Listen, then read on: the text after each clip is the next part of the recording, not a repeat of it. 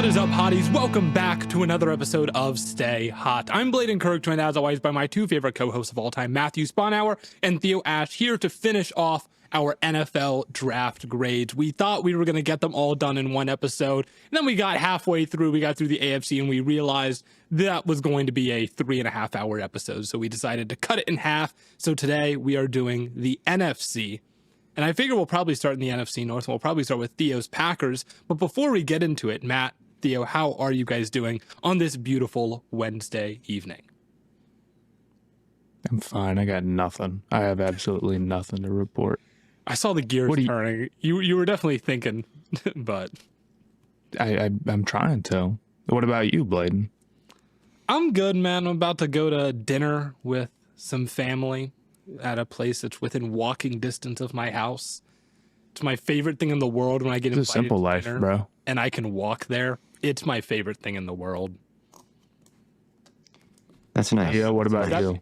Does that mean Theo, you got stuck somewhere. You got lost. No, you went on some journey. You had some disaster. No, you had no Greek tragedies or comedies or epics. No hero's journey. No rising action followed by a climax, followed by falling action and a conclusion. So the status quo is no the exact same literary is what you're saying. allegories. No, I just have been watching RJ Harvey and trying to figure out if he's going to be a fantasy demon. He's there's got to be a back on the Broncos that does something. Their depth chart is. They're going to split it anyway, though, I think. Yeah. Like, but they spent a second round pick on him. I agree. I'm not like the super duper highest on Harvey. we talked Not that I dislike him. He's just not like he's not like a guy where I'm like, oh, he's gonna take over. Maybe he's not Bucky Irving. He's no Bucky Irving. They asked like, is there gonna be a Bucky Irving this year? I'm like, but there's not gonna be a Bucky Irving for the rest of the time. DJ Giddens could maybe do it. Yeah, the issue, actually, I was thinking a lot about this. The issue is that Giddens is behind Taylor, and I don't think that like you can reasonably expect him to win that backfield or even like that big of a chunk of that backfield unless Taylor gets hurt. But then Taylor is also such a high profile fantasy back that Giddens is just a handcuff. So it doesn't really work. Martinez, 7th round pick to the Seahawks, not a great situation either. I'll give you your Bucky Irving if you want one. Who is it? Okay. It's Devin Neal to the Saints. Ooh, Neal is pretty sweet. Neal is pretty nice. sweet. Neal makes a lot of sense because Kamara is already like kind of a touch limited guy and he's old. I don't hate it. Yeah, if there's anyone who's going to be Bucky, it's going to be Devin Neal. Neal He's a carry limited guy. Neal is so kind of slow that I worry about him, and that's why I went in the 6th round. But the way he sets up blocks and the way he solves problems kind of mid-run and his cutting ability and his low center of gravity, he does kind of make up for it. So I do wonder if he could. You're literally describing Bucky Irving right now. I hope You're right. And Bucky Irving's bursty though, man. I don't think Neal is quite Bucky, but I do like him. Yeah. I do like him. But could it be ETN, Matt? No. You know, I think there's just one too many backs. ETN is, I just haven't watched a ton of him. He was not that high on my watch list for running backs. I went and looked at him a little. I think he's a fine athlete, but I kind of think that he's behind two guys in Hubbard and Dottle who are going to get touches. Maybe Dylan Sampson is actually the Irving.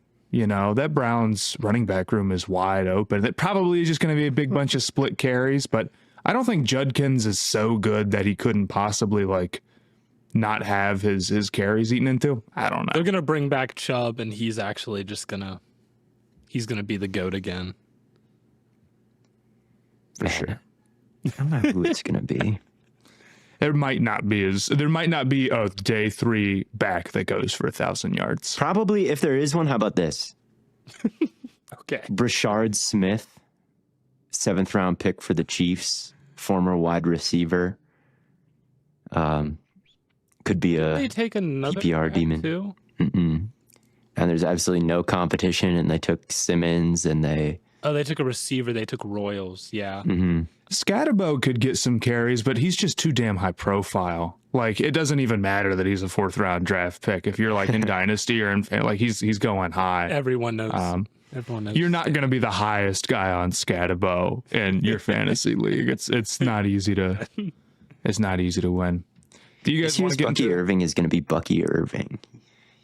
I like that. Take Bucky. I like that a lot. And then you are 100% guaranteed to get a Bucky Irving type. This year's Bucky Irving, guys, he's still in the league. He's still in the league. There is Bucky Irving. Yeah, but let's get we'll talk about these backs in the episode. We will. We will. And we should start, we'll go in kind of the same division order that we went for the AFC. We'll start with the NFC North, and that means Theo, we can start with your Green Bay Packers. I'll give you the floor. Give me your take. How do you feel about them? Well, obviously, I thought the first round was a home run. You've got Matthew Golden, who can help beat the press coverage that just totally stifled the offense at the end of last year. Man, just completely ended our season. Point blank, period. But then after that, things got kind of confusing because the other thing that ended the Packers season was the lack of pass rush, which was completely unaddressed until day 3. And the 2 picks that we made before going with pass rush was a kind of project left tackle who I can accept for the Packers.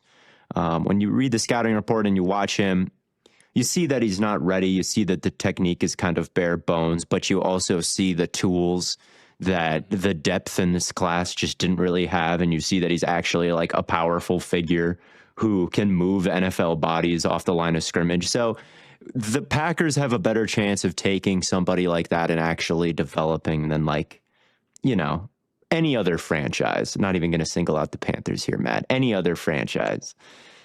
So but the fact that you mentioned that you wouldn't single out the Panthers. Yeah, and here's the thing, is the Panthers' offensive line is good. It's good. It's the best part of the team. I might take the Panthers' offensive line over the Packers' offensive line. It is good.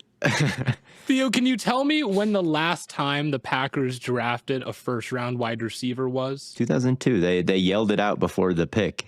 He said for the first time since every Packers fan knows that we drafted a wide receiver in 2002 last. Do you know who that receiver was? Ooh, that's a good trivia question, and I don't remember his name. He wasn't very good. I wouldn't remember. I mean, I wouldn't expect you to. Javon Walker in 2002, pick number 20. Javon Walker, yeah, did not do much, but I don't know. Is a bit of a reach in terms of the consensus big board, Belton, but I'm not mad at that. And then you go Savion Williams, and this is where you're really like, man, that's a heat check. Man, that's a luxury pick. That's a gadget guy, and we really need somebody who can rush off the edge. Yeah, a project sort of like boomer bust, as you called it, I believe, wide receiver is a hilarious pick for the Packers, considering they already have like 6 to 7 wide receiver ones and a George Kittle clone. We have 9. Yeah, you have 9 wide receiver ones. 9 it's wide unbelievable. receiver ones. Well, 8 because Watson's hurt. But yeah, I mean, Watson is there, Dobbs is there, Golden is there now, of course. Wicks is there, Malik Heath is there. Who else am I forgetting? Now, obviously, Savion. There's even more. Bo Melton is there. Bo Melton. There might even be a big name that I'm forgetting. So I don't remember who you listed, but there's plenty of receivers. There's plenty of receivers. All right. It is disappointing to have to take 2 of them when they were the youngest unit in the league with promise not so long ago. And now we're just continuing to add more really drop prone guys to that unit and choking out perhaps some development. I mean, where does Wicks fit on the field now? We were hoping that he'd get the Devontae Adams boost a little bit, work out some of the drop issues in year 3. He's still a pretty decent route runner, and he's a much better blocker than Savion Williams or Matthew Golden. So I would still like to see him as part of the rotation, and now you're just not sure where that's coming. Romeo Dobbs, I think, is an easy guy to underrate, but when he's on the field, he's good. Like, it just, I do think it's kind of tough to defend going with Williams there over over an edge. But like I said, he is boom or bust. I mean, he could be better than Matthew Golden, Savion Williams, when you look at how tall he is and the way he moves and the way he's able to make spectacular catches, and his yards after catch is unbelievable.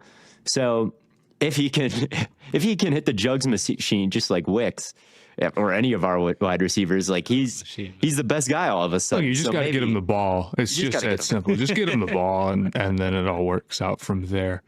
I completely agree with you. I mean, I think the best way to go through this draft is probably receiver round 1 and then address edge rounds 2, rounds 3. I do like what the Packers did going receiver early. I mean, the Packers offense just needs more consistency. And when you're struggling, against press, like, it's tough to be consistent in any sort of way, right? Love is a little bit all over the place. And if you feel like Golden can be a more consistent just separator and winner and easy option for Love, like, you go ahead and get that. Even if, you had all these wide receivers and you were kind of hoping that you were, let's be real, you were kind of hoping that you had too many receivers. You had too many wide receiver ones. It didn't end up that way. So going Golden early definitely kind of feels like we're not making progress on where we thought this team was. We're sort of just like having to fix something we thought we already had. But then you go another guy, and then it's like, okay, with Savion Williams, yeah, I totally agree. It's like you already had young guys you were interested in, and then you just add, like, I guess, a young guy who you're hoping develops. That doesn't feel like any sort of progression or any sort of box checked. And while, of course, like, at the end of the day, Savion Williams will either not be good and you'll be upset, or he will be good and you'll be happy. Like, that's even if you're overloading on sort of one thing, it's definitely a bummer looking forward to the Packers 2025 that they didn't do anything more than this. I didn't love their draft. I said 9 wide receiver ones, and then I listed 7. I forgot about Jaden Reed, and then they signed McCole Hardman as well this offseason. Wide receiver 1, McCole Hardman. And obviously, signing McCole Hardman doesn't have to be any kind of needle mover, but he's all of a sudden their 9th rosterable guy now, But they did go with edge at the beginning of day 3. They drafted Baron Sorrell out of Texas, who I do like, and I do think he's the pivotal pick in this draft. Or if he can hit, all of a sudden the luxury pick might be a great swing if Savion hits even a fraction of what he could be. And Sorrell has a lot going for him. I think he's big. He's played inside and out at Texas. He's a really advanced hand fighter. He's got bend. He's got the size. So there's a lot to like with him, but I would have liked them to have gotten kind of a different flavor of edge rusher than what they have.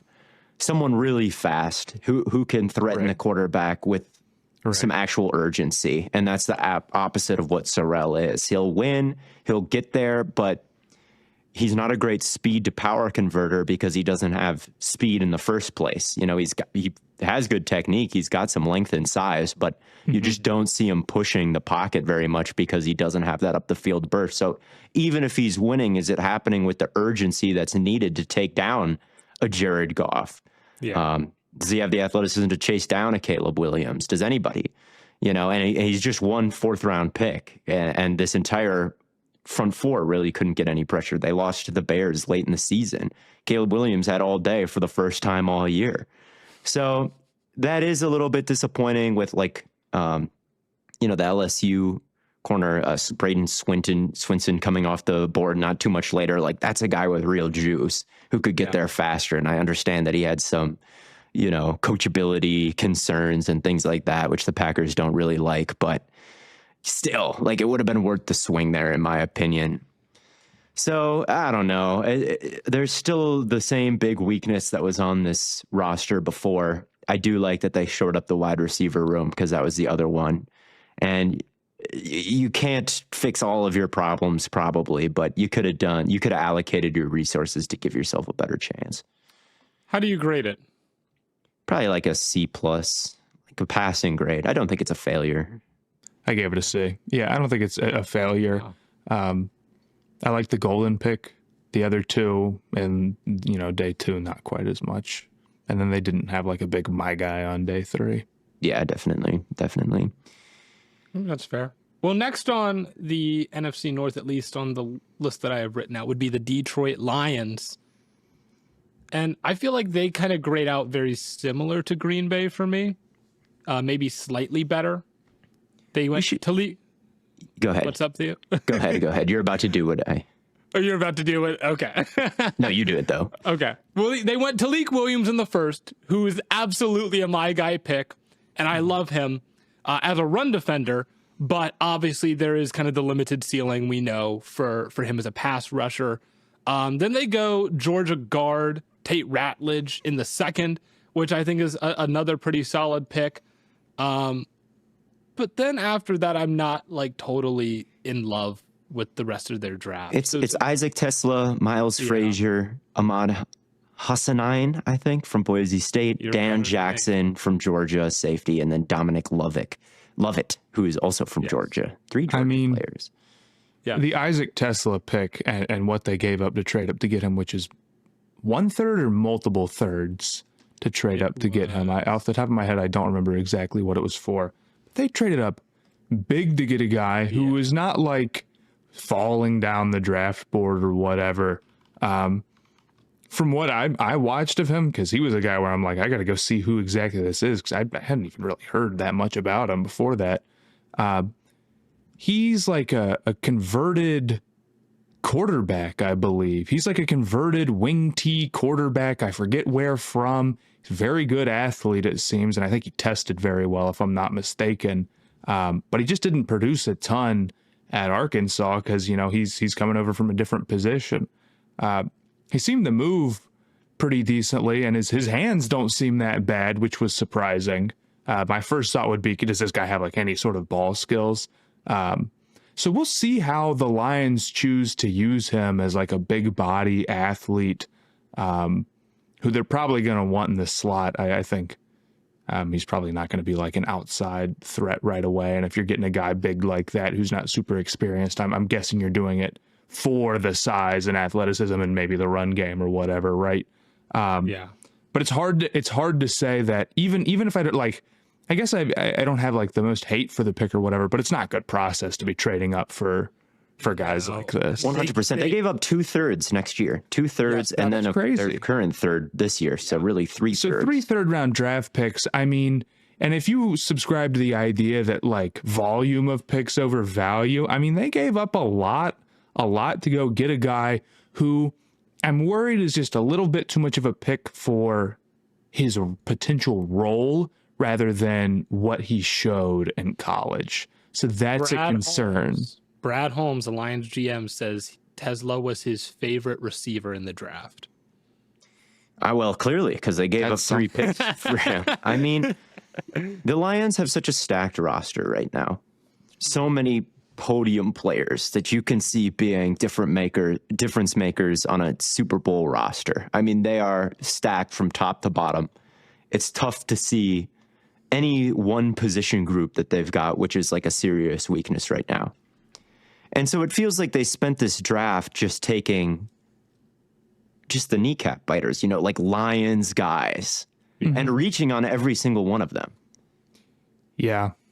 Right. They definitely, I mean, I think where you picked compared to like the consensus board, it's not a tell-all, but like if you're consistently picking above it, you know, like picking guys before where they're generally rated, it's not great process. It's not a great the Lions, feeling. They had the worst draft relative to the consensus board. Did they no really? Team reached more than them. So it feels like this is a heat check for them, right? Where they've been so good at drafting. They've built this fantastic roster, and now they're taking whoever. I mean, last year they took a guy from Canada. They took, it wasn't Vidal, Vidai, who is like a multi-positional guy. Like those two did absolutely nothing for them, but they were interesting to them because they're trying too hard to be different is what it is, what it feels like a little bit. It feels like they all they need is kind of depth. So all they took is depth instead of taking swings on potential starters. I mean, look at who the Chiefs drafted in this class. Simmons, right? Like they draft Omar Norman Lott, who is got so much potential. Like that was a steal at the end of the second. They draft Royals, they draft the running back that I talked about. They draft, like, they just crush it up and down the board in terms of value. Look at Howie Roseman. He's built a contender and kept a contender because he takes just the guys that fall to him. He doesn't fall in love.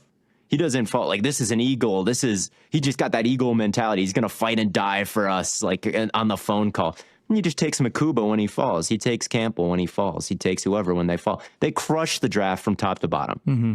The Lions are not behaving like that. They're falling in love and they're taking guys before they need to. And they have a track record that you can't really question. But this draft, like, it was a heat check. Like, at 100%. They got good players. It's just like they took them like 30 spots early every single time. I don't know if I would say Tyleek's. Well, I don't mean to nitpick. My fault. Yeah. I think Tyleek and Ratledge are solid though. I think those are two solid guys. I think they're going to be contributors. I do. And like, sure, it's an issue that Tyleek Williams maybe isn't a pass rusher, but I do feel pretty good about like his floor. I don't think I'm just saying that. I think he does have a pretty solid floor. Oh yeah. And the same with Ratledge, where it's like, well, he's like a long time, well-performing Georgia starter who's pretty athletic. I mean, like, that's not a bad profile later in the second. I didn't hate this draft, but I totally agree. You have to be like, well, the Lions are the Lions and they do their thing and you got to trust them because they're good right now to defend the process here, because the process is picking above consensus board and trading, 3/3 to. Yeah, Tesla doesn't have to be bad. Like, Tesla truly, like, the body, the blocking, the catch radius, like, he could hit. He really could. I understand what they saw and why the consensus board was probably too low on him. Mm-hmm. But still, to trade up so much, it's like, you start to, it just the value that was a good deal in the trade. All the value if they had traded up a 5th round draft pick to move in the 3rd or even 1/3, you'd be like, all right, Yeah. But to do multiple is, it's tough. I gave him a C+ though. I maybe I should have the Packers above them, but I didn't think it was that negative. I want to ask you guys, do you think that NFL teams or like GMs on draft night, or like through the draft weekend, they call other GMs and be like, hey, if someone calls to trade for this pick, ring my goddamn line. Oh yeah. Because like, I'm going to come and because like if someone's going to potentially come and get my player, like, I want to make sure that doesn't happen. They must. I think it's possible. I wonder if maybe that's something that happened where they were worried that someone else was going to take Tesla there at, around that spot, and someone else called. Must be, otherwise I wouldn't have traded up for That's him. what I'm saying. Like, but like, maybe that's why they ended up giving up so much, is because someone else was also bidding for that pick. It could be. Oh yeah, I hope so. Otherwise, if someone went to auction and started the bidding at $100,000 when something's $50,000, that would be bad. But that would be bad. If there is a bidding war, then yeah, things get more expensive. So, but at the end of the day, they gave up what they gave up, and I just think, again, statistically, their process was risky. All right, that's all I'm saying. Not saying they got Tyleek Williams, good player, really stout against the run, absolutely. But are there good nose tackles you can get later? Who could you trade back, get more picks, and take like Alfred Collins or something like that? Although he went pretty early too. But just off the top of my head, that's an example. There are other good run defenders in this class that don't cost the first round. Best one, man. He might. Williams was a beast. But even then, you could maybe trade up or trade back from there, and maybe still get him. I don't know. We probably got to move on. Yeah. We do. Chicago Bears. I love this draft. Colston Loveland, Luther Burden, Ozzie Trapilo, Shamar Turner, Ruben Hippolyte. Dude, these names. Za Frazier, Luke Newman, and then Kyle Monagai. Dude, you got it, bro. You know what? F grade just for the name of making me pronounce things, dude. Horrible. No, but I mean, just coming away with Loveland and Burden alone, I mean, absolutely to me, hit it out of the park as far as bringing in more weapons for Caleb Williams. That offense, I know we say it every year. It's like, oh, their offense is going to be awesome, but it really could be absolutely nuts this year. Yeah, I'm a big fan of it. I mean, I don't really care that that they've already invested a decent amount in weapons if the picks themselves are good. I'll say Loveland at 10 is pricey, like we said before, but he's also a pretty special guy in terms of, his size and the way he gets in and out of his breaks, which we talked a lot about our draft night review of round 1 on that podcast. But the Burden pick kind of changes your whole perspective on it, right? If it was just Loveland, you could say, okay, a lot of 12 personnel. You got Moore, Romeo, or Rome, I mean. Then you got Komet and you got Loveland, right? If you get Burden, then it's like, okay, how many guys can you get on the field all at once? Like, now you've got a pretty major player who's probably going to have to be sitting a decent amount of the time, right? So did you overload in the weapons category a little bit? I think not. I think Burden is like pretty special after the catch. I think that he's more capable down the field as well than maybe what you would expect if he was just listed as a rat guy. Didn't have the best season last year at Mizzou, but I kind of have faith that things can turn around. And I'll be real with you, like, Komet is not the most consistent receiving option in the world, and if they don't want him like as a big part of the pass game, even though he's getting like a decent amount, a decent amount of money from them, I can respect it. So I didn't hate that pick. My actual biggest problem with this draft is that they didn't address running back. They didn't do a very good job of going and getting a back. I thought that they were one of the teams that could really use another guy. And I was going to be pretty excited if they got somebody, considering Ben Johnson's there, right? Yeah. And I know they may have wanted Genty at 10, and it just didn't work out. And I understand Henderson and Judkins went before that, and Hampton went before the 39th, if I'm not mistaken. And, maybe there wasn't great value on a back in the 3rd, but I thought on day 3 for a lot of the draft, there's like, man, I can't believe this guy and this guy and this guy and this guy running back wise are all here. And they never made a big move for it when I think they could have made like a big difference. And now it's like, if Swift is going to get a lot of touches, it's not the end of the world, of course, but I do view it as kind of a negative. So I do wonder if you'll see a lot of empty set with 2 tight ends out there. Like, you could run out there with DJ Moore, Roma Dute, and Luther Burden, and then also have Cole Komet and Colston Loveland on the field and just no running back. Like, I know we say, oh, well, it's Ben Johnson and he wants to run the ball a lot like he did in Detroit. But, I mean, maybe that's just the resources that he had at his disposal. And now that he's in Chicago, he's like, you know what? I've got Caleb Williams. I've got all these receiving weapons now. Let's air it out. Let's throw the ball 700 times this season. Definitely, they're going to be way up the list on, well, according to this draft, they're going to be way up the list on neutral down pass rate. I mean, everything they drafted is for the passing game. Even Trapilo, the Boston College tackle, like the report on him is really nuanced, like technical pass protector. Yes. Pad level's a bit high.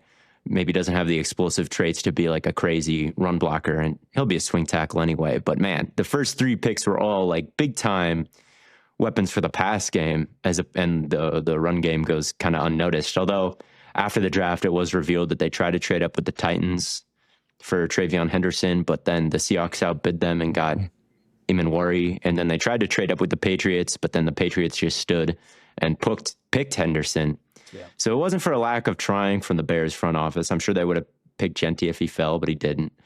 I thought it was smart not to take Amarian Hampton at number 10 or Henderson there. That would have been. But still, I mean, RJ Harvey, RJ Harvey, Giddens. I liked a lot of the guys on day 3. I feel like they still could have taken a swing. I mean, no position's more fun to take a swing on day 3 than running back. And honestly, they did get one on day 3. That's true. But they didn't get really block in this kind of 5'8", 211. That's stocky, dude. He can block, but again, that just helps Caleb in the passing game, which is okay. You need him to pass more, and weapons were a big issue for the Bears last year. I mean, DJ Moore quit on the team. He was completely useless for most of the season because of that. So to push him with someone who is very similar skill set wise, like, could that bring out a better side of DJ Moore plus the new coaching staff? It'll have to. Otherwise, DJ Moore is going to be out of a job, and Caleb's going to be out of luck. So getting more weapons it's not a terrible thing. They tried for running back. It didn't work out. I guess it's better than overpaying. So I thought it was fine. And I think Caleb has a good chance to succeed with all the moves they've done this offseason. I'm not sure about all of it. I would have liked a more balanced run game. I would have liked the Jonah Jackson move to not have happened. But Tooney, Burden, Loveland, I think those are all good additions. Yeah, I like that they were aggressive getting Caleb more help. I thought this draft was like a B. Who is the linebacker they took? I just had it up, but he's a nobody. First. Okay. The guy from Maryland, the guy who I also can't pronounce, Ruben Hippolyte. What round did they take him in? The fourth round. He was not on Brugler's write-ups in the Beast. What? Completely out of the blue. He did it there's a section of just other guys that he just writes down as potential draft picks, but he doesn't give them any kind of scouting report. He was one of those guys, and he wasn't on Arif Hassan's consensus big board, and they took him in the 4th round. So that pick might be crazy. And then they also took a bad defensive lineman from Texas A&M. Shamar Turner. Yeah. He's a little bit like Deion Walker, I feel like, where he's doing crazy hand fighting moves, but not actually getting anywhere because he's not very explosive. And he has body where it's I just don't know if this works in the NFL at all. And with Walker, at least he's big, This guy, he's kind of tall and skinny, but doesn't quite have the burst for the edge and just can't hold up inside. His hands are a blur, but he's not actually going anywhere. I don't know why they picked him. I think on day two. Yeah. And I didn't think they're trying to get the next. They're trying to get rookie Reek Woolen with Zoff Frazier, 6'3", 186, ran a 4.36 at the 40. He had a bunch of interceptions in college. They're trying to get the Tariq Woolen, Trayvon Diggs gene going here. So we'll see. I like this draft a lot for them. I feel like my grading scale is different than yours, because I feel like we're all kind of in the same ballpark, but I'm a letter grade above you guys on everything. Well, that's the strategy. I mean, you see most people's grading scales goes from A to B minus to if you got a C, they'll give the Bengals a C or a C plus, and then that'll be a C is the end of the world. Which the Falcons trading up for Pierce will be a C plus move. Yeah, it's oof, I don't know. That's I'd grade that an 87, or whatever. I'm not blaming you though. It's getting mad about the grading scale is semantics. It is semantics. But yeah. So that brings us to the last team in this division, the Minnesota. Oh, can I sidetrack us for 2 seconds? Sure, man. We've talked about this before years ago. I love the take that you shouldn't give out grades because you don't know how good the players are. I think that's my favorite take ever, dude. It's so funny to me. It's it's a prediction, man. It's live scouting. I like the idea. I was thinking we should do this video, but they'd be yeah, I have to see him play. I mean, who knows? Anyway, let's get to the Vikings. It is a funny bit. The Vikings are probably my least favorite draft from this division. They came away with Donovan Jackson, Ty Felton. Didn't have a lot of picks. Yeah, didn't have a lot of picks. That hurts them. But so with those picks, you really need to make them count. Is kind of the main thing. Yeah, I get where you're coming from. Donovan Jackson is one of those dudes. Kind of in maybe the Tyreek Williams, Tate Ratledge solid camp. Yeah. But at 24, it's it does feel like they wanted to lock up another guard, and maybe were worried about if they didn't do it then, were they going to be able to do it for the rest of the draft? He's a good player though. I think he'll be very, very solid, but Did they get great value there? Did they get somebody who's going to be a game changer? No. And if you're talking about a guy like he maybe doesn't even really have like the potential to be like that, or doesn't have like a very high probability of being that type of player at 24, it's like, yeah, you're definitely like not taking that big of a swing.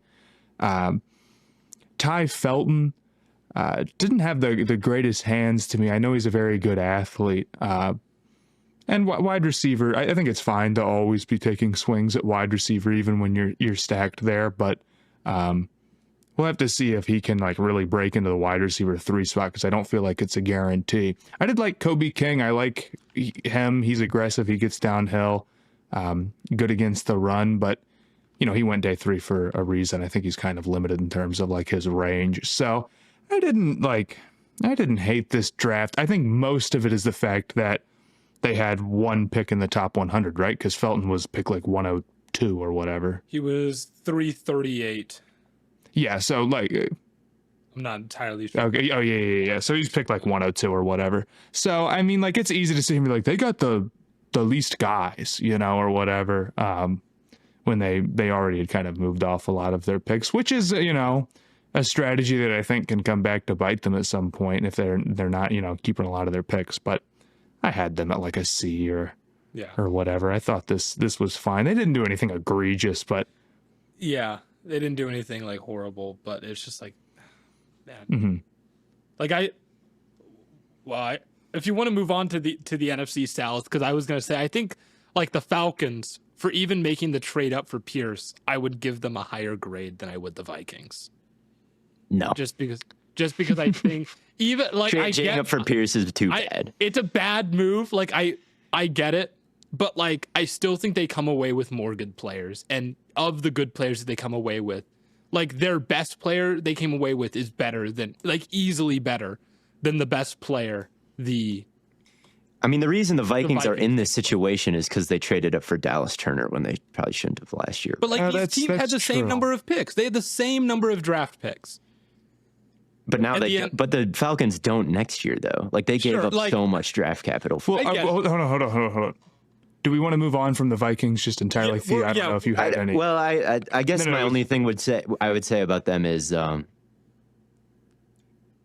just no corner maybe stands out. Like that was half of all their mock drafts in the first round said they're getting Starks or Eamon Warrior or Siobhan Ravel, and taking those guys or avoiding those guys in the first, it may have been a good move, but they never came back to get corner. Like, who is their outside corner outside of Isaiah Rodgers right now? And it's not like Isaiah Rodgers is any kind of lock to be good. Now, I know they survived without great corners last year on the outside, but this year you're really testing that. Like, really, like, damn, you're taking Ty Felton over I don't know, a corner. But I do like Kobe King a lot. I think that Kobe King is good. In a really bad linebacker class, sorry, Blaiden, but it was. Kobe King is actually like a real hitter. I think he's a great tackler. Right. He's really thick, built great, like takes people on. I liked that pick in the 6th round a lot. I like Kobe King a lot. He's good. He's really good. But man, no corner just made me raise an eyebrow a little bit. That's the only thing I'll say. If we want to move on to the Falcons and the James Pierce Jr. trade, which is one of the crazier moves of the entire draft for sure. The issue is that, like, it's a pretty big risk for the Falcons to trade away their 1st round pick next year. You know, the like little GIF or video that people use for a lot of sports moment from Family Guy, where it's like, oh, the mystery box could be anything, even a boat, right? Yeah. I think I saw the reverse of that talked about, like, I think I saw the reverse of that from Falcons fans, where they're like, well, the 1st round pick we traded away could be anything, even the 26th overall pick. Like, it might not be that bad if we're really good. And it's like, yeah, like, there's a best case scenario here where James Pierce Jr. is awesome, and the pass rush is way better, and the Falcons are, like, pretty good, and they win a playoff game, right? And you're like, okay, then you didn't give up that much to trade up to get him. But the Falcons by no means are like so good that they're immune to giving up the 15th pick again, or even the 10th pick again. I mean, we haven't seen Penix for an entire season. And if something happens to him, or it's like if the accuracy really starts to bother him, like it could get ugly. I don't think they're going to be a bottom of the barrel team. Like, I don't think they're quite that bad, but I also don't look at their roster and say they're immune from it. I mean, if like Drake London went down, I'd be really, really getting nervous. You know, they'd be cooked. I mean, they'd be cooked. So, They got I two don't know. good I players feel like on there's. offense. I don't want to get too much into like what if-isms with the Falcons though, because that's kind of like, I feel like a lot of low draft grades on them kind of stem from, well, they didn't get maximum value out of this. They didn't, you know. yeah, they made a trade Yeah, that it's like terrible. they definitely, That's the point of the from a trade. It's a draft bad pick perspective, trade. they definitely lost it. Usually that doesn't happen. It's not normal to make a trade and be like, well, this team definitely got less value. Usually it should be like, well, this team traded up and they got the higher pick, but then they gave up more assets. It's not that like this team like may have also given up the highest pick and the most picks in this trade, and probably did, frankly. But I'm saying compared to like Minnesota, they got better players. Like they just got more good players. Yeah. And like at the end of the day, if we're talking about like two teams that have 5 draft picks, like the most important thing, we always say the most important thing is just like, did you come away with good players? I think they came away with 3. And that's Jalen Walker, I like the James Pierce, and Falcons' Xavier Watts. actual picks better than the Vikings, I agree. But the Falcons spent more draft capital. They did. But that doesn't They give them spent like more. So you saying should, they you have the same should number get of better picks, I players just don't agree with. if you spend, you could trade Bijan Robinson and take a million good players. That's and, fair. And you draft more good players in the Vikings. It doesn't That mean you would won be- the draft. that would but be that's pretty much what insane. happened. They You know, didn't trade Bijan Robinson. no, they didn't trade Bijan Robinson, but they made a dumb trade.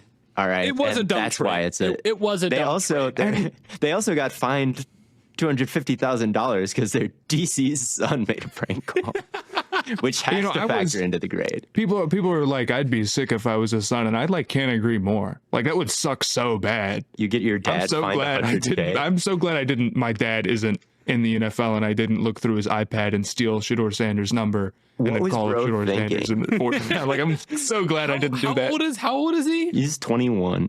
Oh, dude, that What makes kills it me worse. is the video. It's like, what did you think was going to happen? That's what kills me about it. Where it's like, otherwise, it's like, and like it's. Look, there's definitely people online who are like overreacting a little bit, like no draft picks. It's like, look, it was bad. It's like it's pretty mean to do. But it is just like a one-time prank call at the end of the day. It is. Although I am suspicious that they did it. I mean, there was a lot of prank calls apparently. See, Abdul Carter apparently got prank called like I did that not and said see like Carter. someone I heard said Cooper DeJean Jacksonville was got going prank to called take him. last year. Yeah, it happens relatively frequently. Although maybe now they've found the source. culprit. But regardless, with the Falcons draft, I will say, as far as their picks go, I did like it a pretty decent amount. Jalen Walker is a really exciting guy. We'll see exactly how they choose to use him.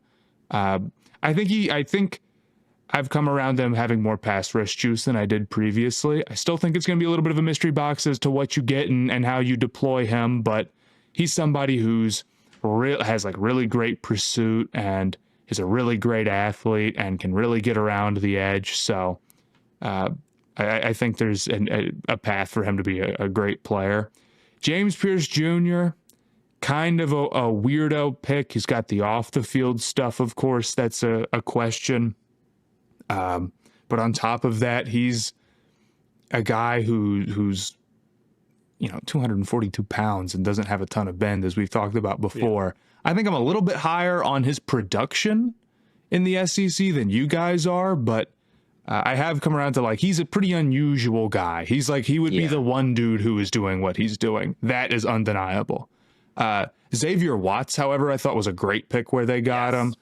He's not a crazy athlete or anything, and I feel like that's why he fell. It's tough to maybe want to take a safety who isn't like super rangy, I guess, but his instincts probably make up for that is my thought, and where they got him is cool. And then Billy Bowman also is like another guy who's good getting downhill. So you can see like they added a lot of pieces to a defense that really needed it. And they added some dudes that I'm pretty sure can contribute right away. More importantly than the safeties, they had to find some edge rushers. Like, they just had to add edge rushers, or there wouldn't be any reason to think that they could be like a successful defense. So I'm definitely more intrigued by what Atlanta will look like than I was, before the draft, right? But Yeah. it didn't come at no cost, and I don't know if it's like riskless, and they need to be really good. They need to be really good. Like, don't get me wrong. They could have stuck at their second round pick and they could have taken Mike Green straight up. Like, he would have been there. We know that for a fact. Yeah. They could have traded up like 10 spots instead of, what was it, like 30? And they could have gotten Donovan Eziraku. Like, could have been significantly cheaper. I'm not saying that they couldn't have done that, but like Jalen Walker, James Pierce, Xavier Watts. Watts is one of my favorite picks of the entire draft. Like, Theo, I know you say it's a bad linebacker class. It's a really bad safety class, in my opinion. I don't agree.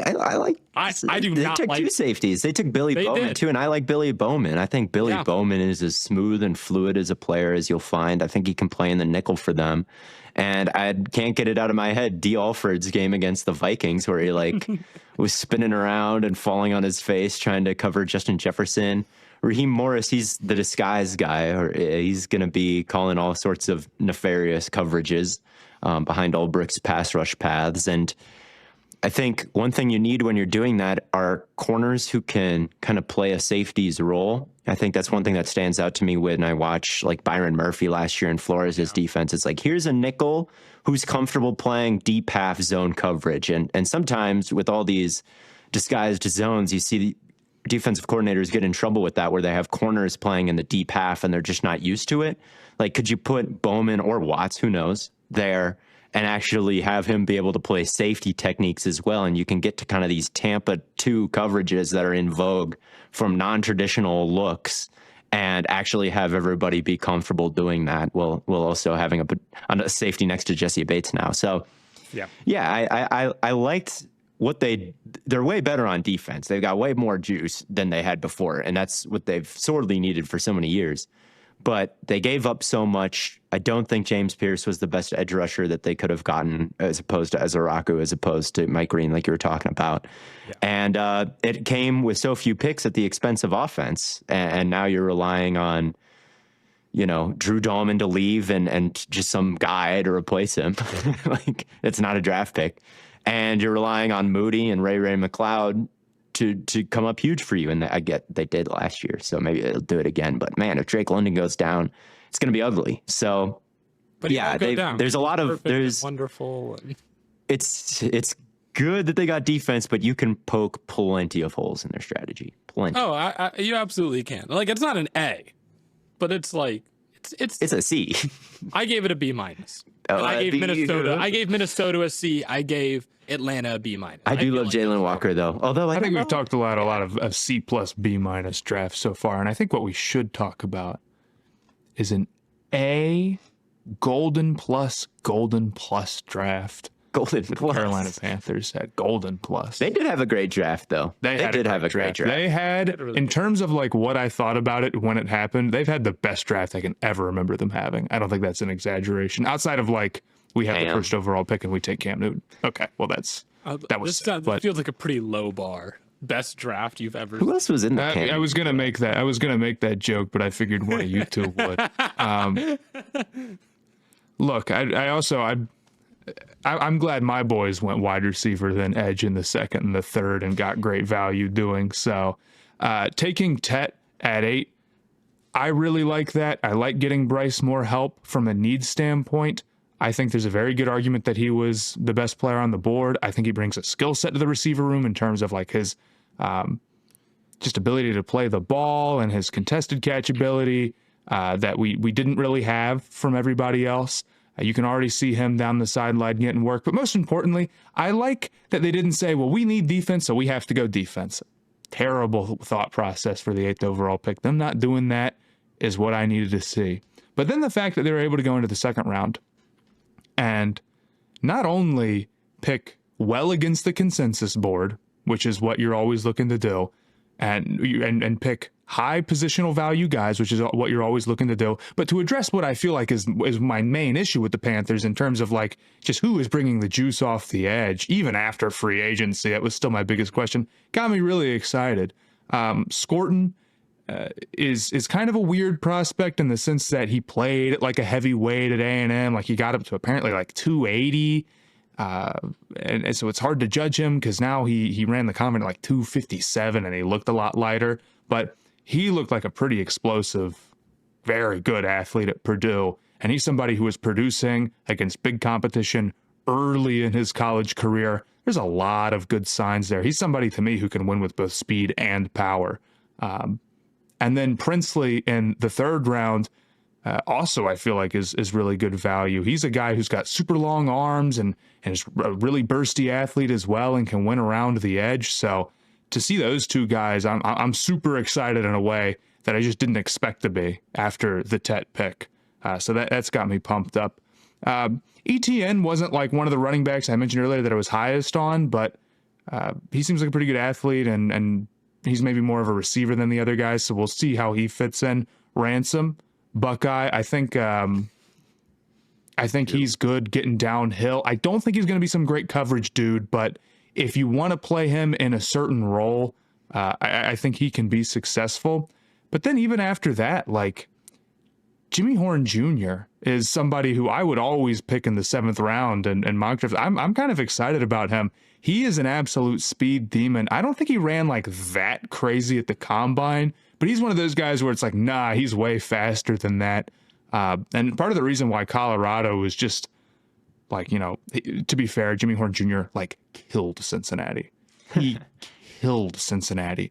There was a play where he like scored an easy touchdown, put up the peace sign and got called back. And then they like weren't even upset about it because they just knew they were going to torch Cincinnati's secondary again. Like it wasn't even a question. They're like, let's go. We get to do it again. Right. That's almost exactly what it was, dude. So he's fast. He's so good. I like Jimmy Horn. I'm like really excited. I hope it wasn't taken as a negative. I said on Twitter, I'm like, if he can make the roster, I'm going to be pumped. Right. Because it's, you know, anytime you're picking like the 6th, the 7th round, and the Panthers already have a good number of guys where it's like those are the spots. So I'm hoping he ends up being the 5th or 6th dude badly, man. But like as a whole, dude, just really excited about the draft entirely. I thought their process was awesome. Good against the consensus board, good in terms of positional value, good in terms of addressing the needs and like the overall strategy, which I don't even think should be your focus, but they did a good job here. I love it. I gave it an A. Yeah, it's a good draft for sure. Mitchell Evans, too, is a beast. Oh, Mitchell Evans, I didn't even bring up, who is a guy who not only, he's got like good athletic testing and he's kind of like quick, but also has had a couple of highlight catches. I know one against I think, OSU in that Notre Dame game the other year. I don't know I think that was the one where OSU drove down and won, like McCord was there. I could be wrong. But yeah, I'm like pretty excited about him. So he's a beast. He can really block, and just watching him on like Saturdays, what little I saw of Notre Dame, he was always standing out, making the most ridiculous catches. I don't think he's really like that fluid. You think about Notre Dame tight ends, none of them are like Kyle Rudolph, Michael Mayer, guys like that. They're kind of possession catch guys, but he's in that mold, I think, and can make a difference in that mold, just blocking and having reliable hands. To get a guy like that in the 6th round, I think is huge. And yeah, I think they did a really good job. I'm a higher on the Ole Miss edge than Scorton, I've got to say. I think Scorton, he's so big and he's so thick, and I think his first step off the ball just isn't anything too crazy. And I think he's somebody who struggles to win athletically on every plane. But he's really strong, obviously, and the thickness can help him win with power. He's probably got a little bit more bend than you'd expect for someone that is so stocky, but it's not something that I feel like can be a reliable weapon for him. Like, oh, he's going to win around the edge. Like, he just doesn't have that first step, and his bend isn't crazy. But I am excited to see how good his hands can get, because I do think he's very advanced when it comes to working his hand fighting and swiping punches away. And I think he's got maybe some inside versatility or just some versatility throughout the line. I think they're going to play him lighter. I just don't think he's going to play at 280 like he did at A&M. I think it's going to, because he played much lighter at Purdue. Yeah. He's a real wild card in that sense, and I think that's part of the reason why he fell, and I think he's going to be lighter, and then he's not going to have any issues. He'll probably get 12 sacks. But Princely from Ole Miss, like, he does have real bend and real first step and can kind of counter inside off of that. I think he's a better pure edge rusher by a lot over Scorton, but maybe I think the question with him is the run defense. But when you're getting a guy, you know, a little bit later, maybe it's not the end of the world, right? So I'm super pumped about it. I'm really, really excited. Yeah. I like tough news for Brooks though. Yeah, I hope they don't cut him off of the principle that Thomas Davis tore his ACL twice or 3 times and then came back once. So I want to at least give him a shot. But like, yeah, it's probably but it's good to address that, I guess. You know. Mm-hmm. But that was a bad pick last year, man. Wow. That's the thing is, well, you know, their process last year was like not nearly as good as it was this year. Like not even close from like an analytical standpoint. I didn't hate their draft last year, right out, and they made that trade for the extra second, and that like mitigated a lot of stuff. Gotta say, Eric Eager. Thank you, Eric. Dude, I have to assume it's his influence. If the Panthers hire him and then all of a sudden they have like this beautiful analytic draft, is awesome, man. He's balling as far as I'm concerned. Shout out, man. So, but I will say, I like Tampa's draft better than. If you want to get into Tampa's draft, it's also a very, very good one. And I actually feel pretty strongly about this. After the entire draft, my favorite pick is still Igbokwe at 19. I agree. And I would say Tampa, it's probably my favorite draft of. I can completely get behind that.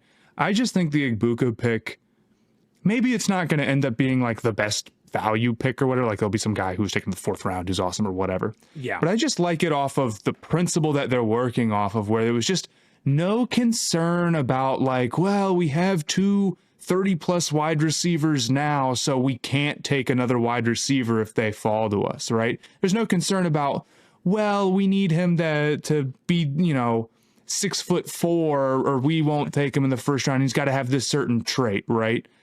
There's no concern about like, you know, like his college production wasn't super crazy, but you know he's more of a player than that because he's, you know, at OSU and it's just so crowded there. I just think Igbokwe is such a well-rounded wide receiver.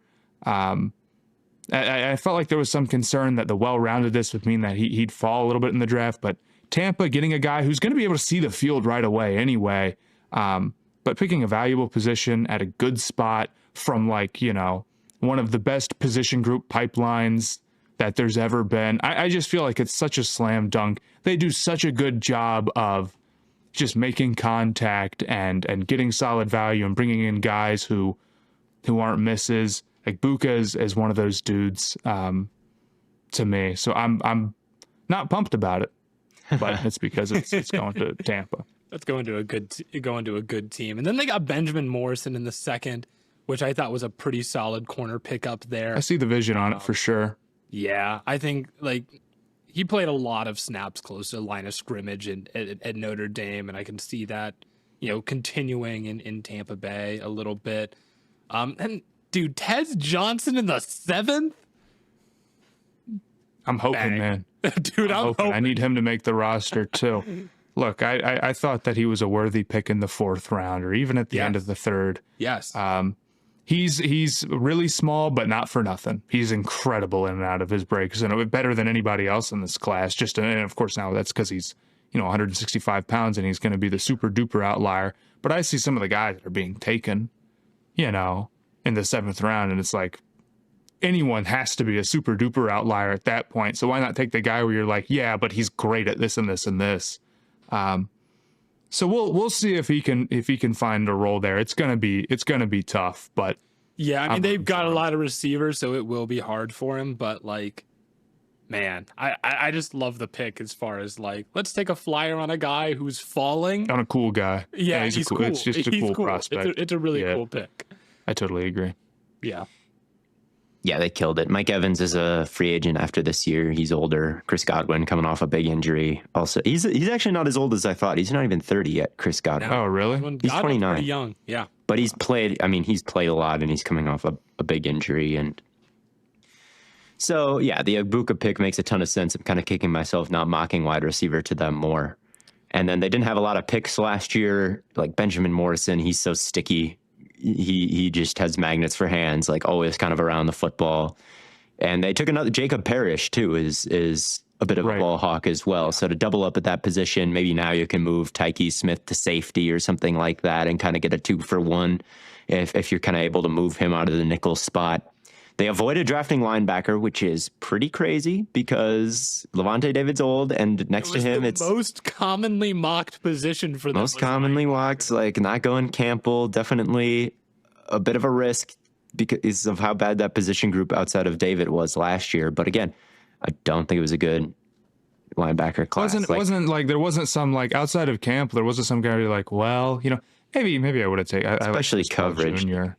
Chris Paul, like, yeah, he's a decent amount on day 3. Like they could have taken more of a swing, but I wouldn't have. They would have had to have traded up for Schlesinger. Probably I don't remember. Or Reach, Knight went, either or. Well, I'm saying like in the second because like obviously I wouldn't take Schlesinger in the first, but like you either take Campbell at 19. Okay, you want to take Ibuka because he's BPA, sure. Then you get. At pick 21, I don't think Knight was there. I think Knight had already been picked. So you would have had to have traded up for either Knight or Schlesinger, and I don't know if that would have been good value at that point. So I really don't. Second round linebacker, just not, or even just day 2 linebacker. Either take the guy who you know is good in the first round, or wait and wait and wait. Like that is what I would have done. Yeah, I don't hate the process of what they did at all. I think they I do think it's funny to say about a guy your team drafted at 33. I definitely wouldn't have taken him in the first round. Oh no, I wouldn't have. No, like trust me, I wouldn't have. There's plenty of problems. Like a whole 24 hours passed. It wasn't even close to the first round. 33. It's very funny. Like I do think this is like the best draft Andrew Berry has had, but it's still like a C. Still a little questionable. I think. Yeah, but it's just a good approach, I think, not to take a linebacker. They did the opposite thing of the Bengals, where the Bengals were like, damn, we need linebackers. So they doubled up with Carter and Knight. They're like, well, we're going to throw darts at the dartboard.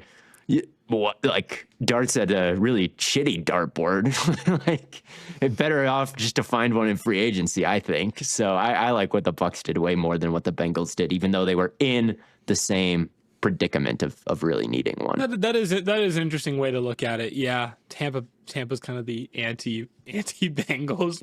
Tampa's best player available versus we need, and we reach twice. Yeah, I think that's a fair way to look at it. So then the last team in this division is the New Orleans Saints.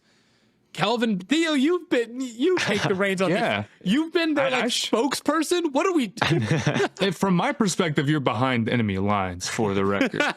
I was in a tough spot. I felt like a bit of a Larry David scenario where they reached out to me and they said like, hey, do you want to make some content on our draft picks? I'm like, sure.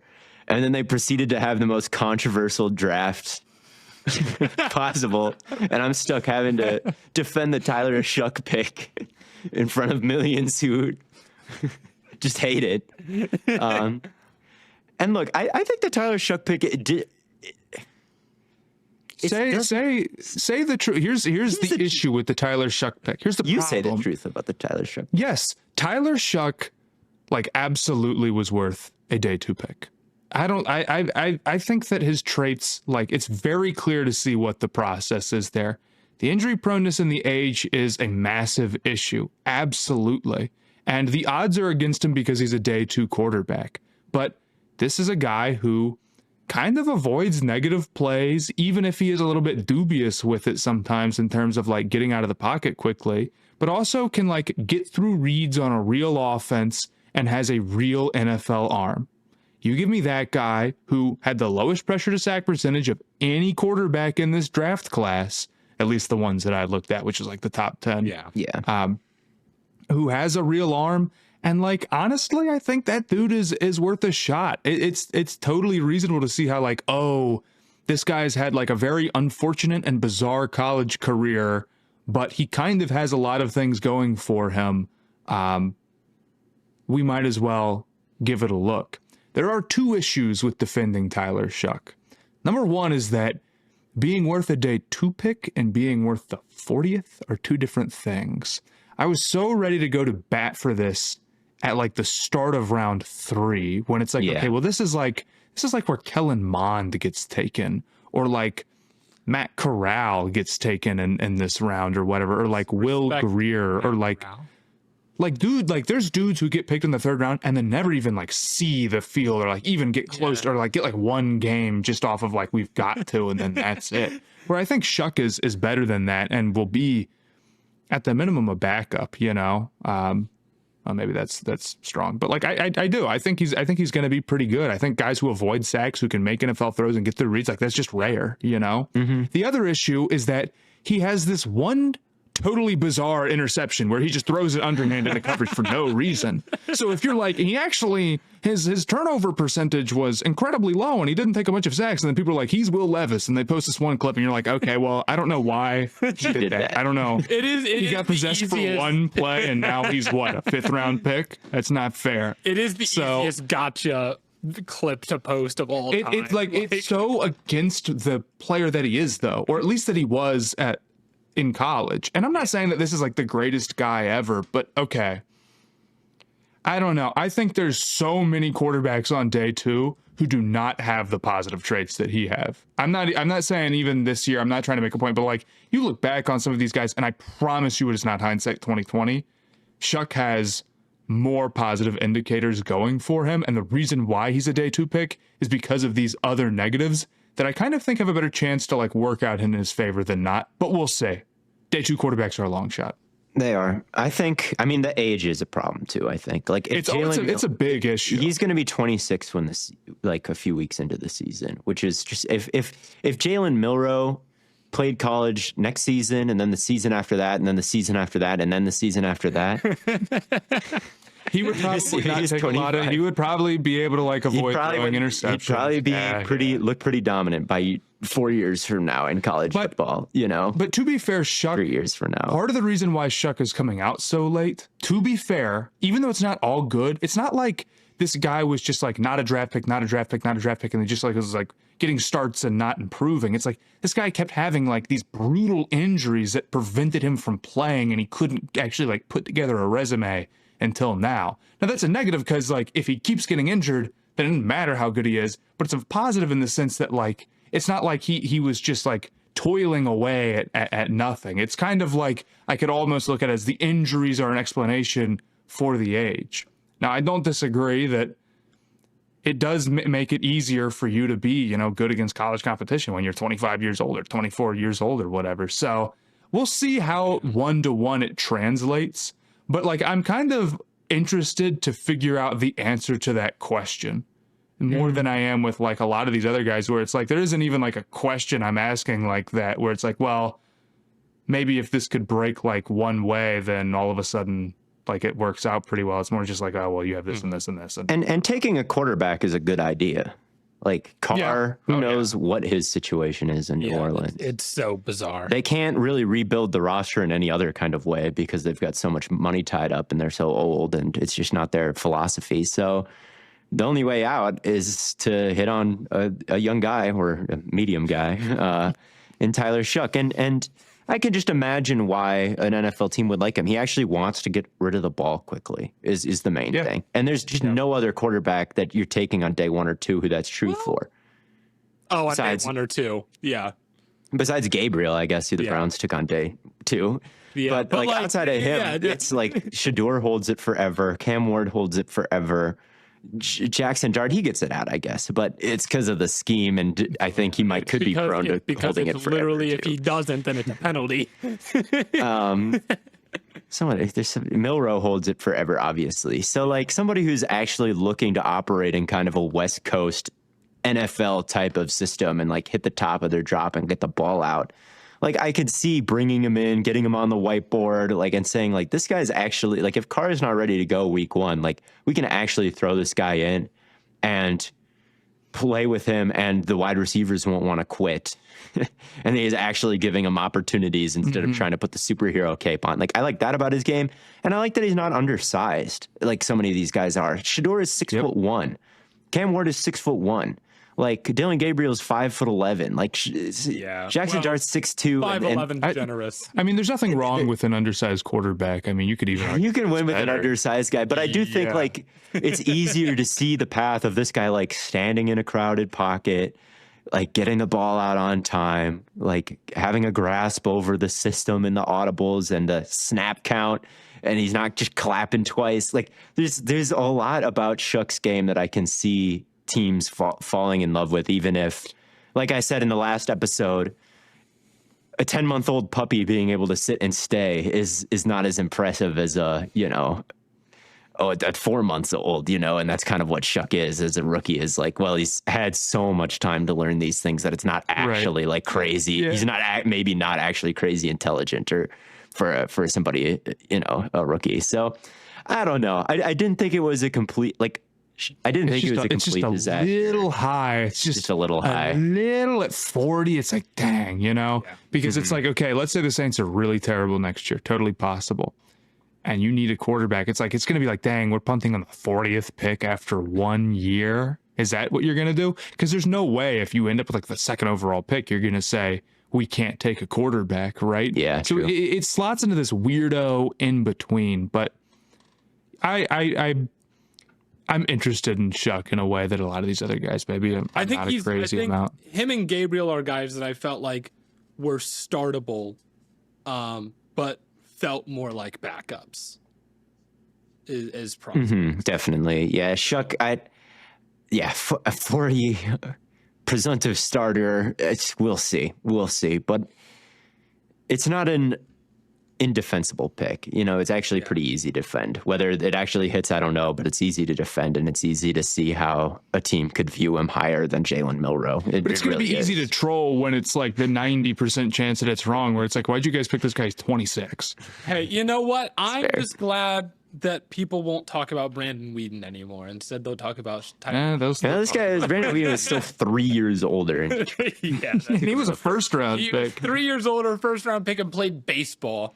But the rest of their draft, what about the rest of their draft, Theo? I thought they had a very just kind of high IQ draft in general. Like Sanker, I like in the third round, the safety. He's somebody who can make a contribution on special teams. Like, he blocks field goals. He's a gunner who's really good. And then if he's out there, now they don't need a safety. They've got Reed and they've got Honey Badger. But, next year if Honey Badger retires, like, I like Sanker. Like, he is a true fireman. Someone who, if things are going wrong in the front, like, can come up and reliably tackle. He is smart. I think he does a good job distributing routes. I think he's quick. Like, I saw him run down Tootin a lot of times. He had the highest speed score of anybody in the class, but he just couldn't really get around Sanker when he was trying to get to the edge. Like, he'd keep tracking him down. He can blitz for you. I think he can play kind of the too high split field zone that Staley's going to want to run. Like, someone that physical, reliable, special teams demon. Like, I liked that pick. Neal, again, very intelligent runner, a natural fit with Kamara is kind of a similar skill set. Vernon Broughton, didn't love that one from Texas. Like, a lot of his highlights were just kind of like jumping on fumbles and like things that he didn't really have control over. Didn't think he was a very stout defensive tackle for the run game, which I feel like is so important for them, and they just didn't really prioritize it. Like, man, you got Brandon Staley out there, and Brzee is like his starting defensive tackle. Like, I can see that going wrong and him not playing the way he wants to play because the double teams up front are just too brutal, just like they were in LA. So I'm a little bit surprised with Broughton over a stouter defensive tackle. That one I didn't like, but I mean, I like Banks. I think I'm higher on him than most of the people in draft media who had him like clearly behind M'Boo by a lot. And it's like, I don't know. Like, I think Banks is a lot more physically like strong and stout. And I think he's super smart too, like picking up stunts, figuring out exactly kind of when to get off a certain guy and get to the other one. Like, he's kind of heroic on those, picking up those twists, I think. Like, I've seen him block 2 guys kind of at once in those scenarios, like many, many times. And he's way more agile and good at connecting at the second level than I expected for somebody who's so big and thick. But, you know, obviously Georgia got after him a little bit. Like, the depth of his sets can be a little questionable sometimes. And the arms, does he convert to guard? Jalen Walker did outreach him quite a few times. So at 9, I can see it being maybe a reach, but I didn't hate it at all. It seems like that's a first round pick. Most people just think is like a total nothing pick, but I didn't think so. I thought that was a good pick. So I genuinely, I know that I made content for them and all that, but like genuinely, I wasn't that mad at the class. Everybody knows that I liked Banks before, and Shuck, we talked about how he should be in Shadur's tier. Should they have gone 4 rounds apart or whatever it was? I don't know. 3 rounds apart, probably not. But you know, I think it's defensible to prefer Shuck's skill set over Shadur's and Milroe's, even though I would have personally gone Milroe. Yeah, I agree. And Devin Neal, like we said earlier, great pick for them in the 6th round also. So, yeah, I thought they did a pretty good job. NFC South in general, not a lot of bad going on here for me outside of the one trade. But let's get into the NFC East here. Dallas Cowboys. How did you guys feel about this one? I know they took Booker and then they took Eziraku.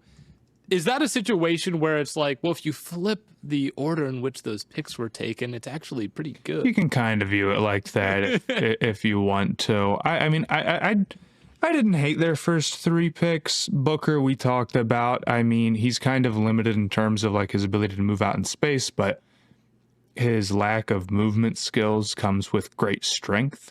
And if you want to, you know, run duo and just like, you're not trying to get out wide or anything like that, it's not the end of the world at all. And he's great pass protector. So it's like, okay, like I can see that. As a Raku, I mean, he's just really smooth athlete, long arms, really great hand fighter, really refined game. I'm excited to see him.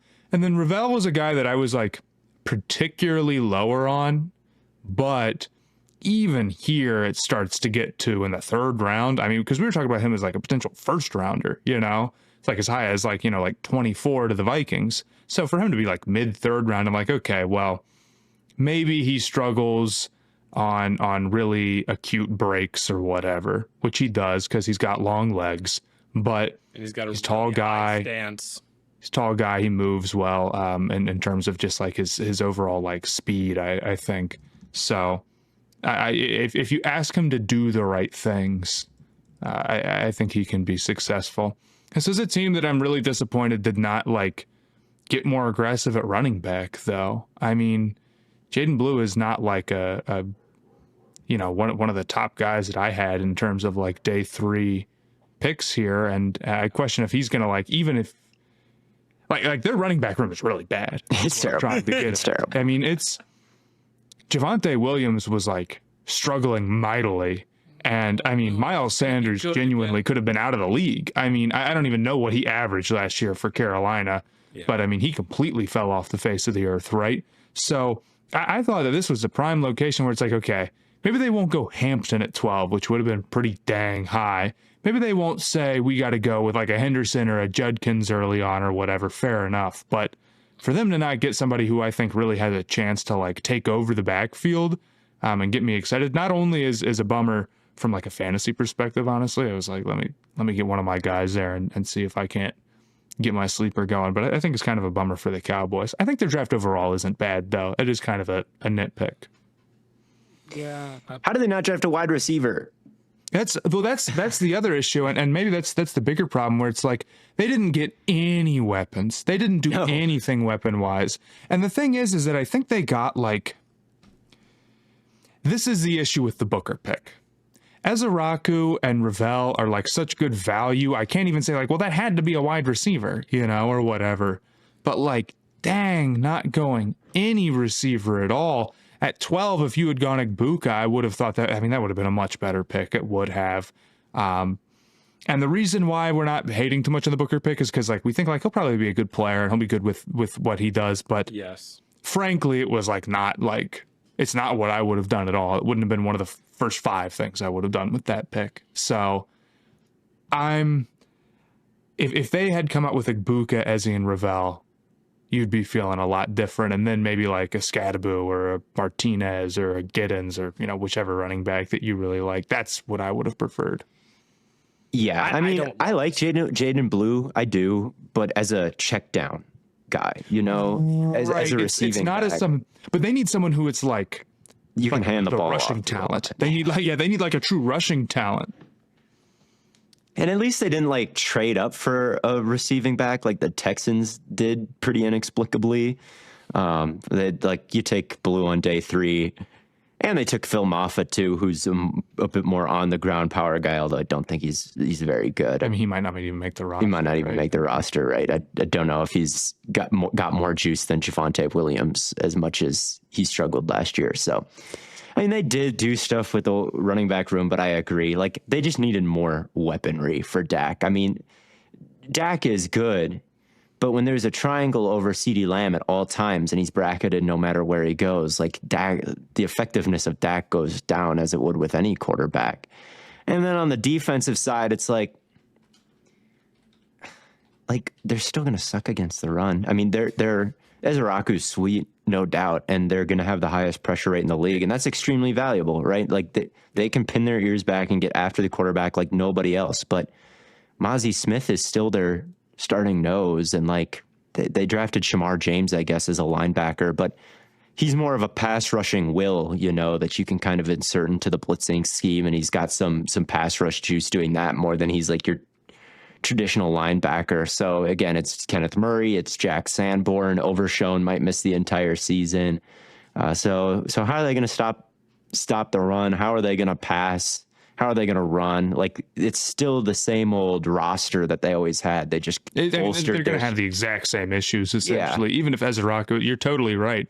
I hadn't even really thought about it from that perspective, I guess. But I mean, like, yeah, they drafted good players at positions they already had good players in, and I understand you need down to that just to an extent, but it's like, I mean, but you also reached on Booker, so it's like, and you reached on Booker, so bad. It's like even if you had said an Igbokwe out there, like, another receiver, or like a Kyle Williams, right? Mm-hmm. It's like, okay, then it's like you can see the vision here, but instead it's like, I mean, it's Jalen Tolbert, Kevontae Turpin, Paris Campbell, Jonathan Mingo, and why they traded a 4th for Jonathan Mingo is because he's going to start for them with no competition. Bro, I mean, you might have to, do you include that into their draft grade, trading a 4th for Jonathan Mingo? Why the hell not? I won't write. Honestly, sure, yes. Come on. It's not really part of the draft grade, though. Like, when people are like, oh, you got to remember that DK Metcalf was part of the Steelers draft. Like, kind of, but like not really. That's utter woke nonsense. I'm looking at the guys they draft. DK Metcalf and $100 million is part of the Steelers. Yeah, exactly. Real. Yeah, I didn't love this draft for Dallas, but it wasn't my least favorite draft in this division. That title goes to the New York Football Giants, who That's traded, interesting. Why is that interesting, Matt? Well, because I think they were kind of hot cold, so to say. It's your least favorite. I think that's fair, but lower on the cold than higher on the hot. So it is interesting because they obviously take Abdul Carter 3rd overall, which is a great pick.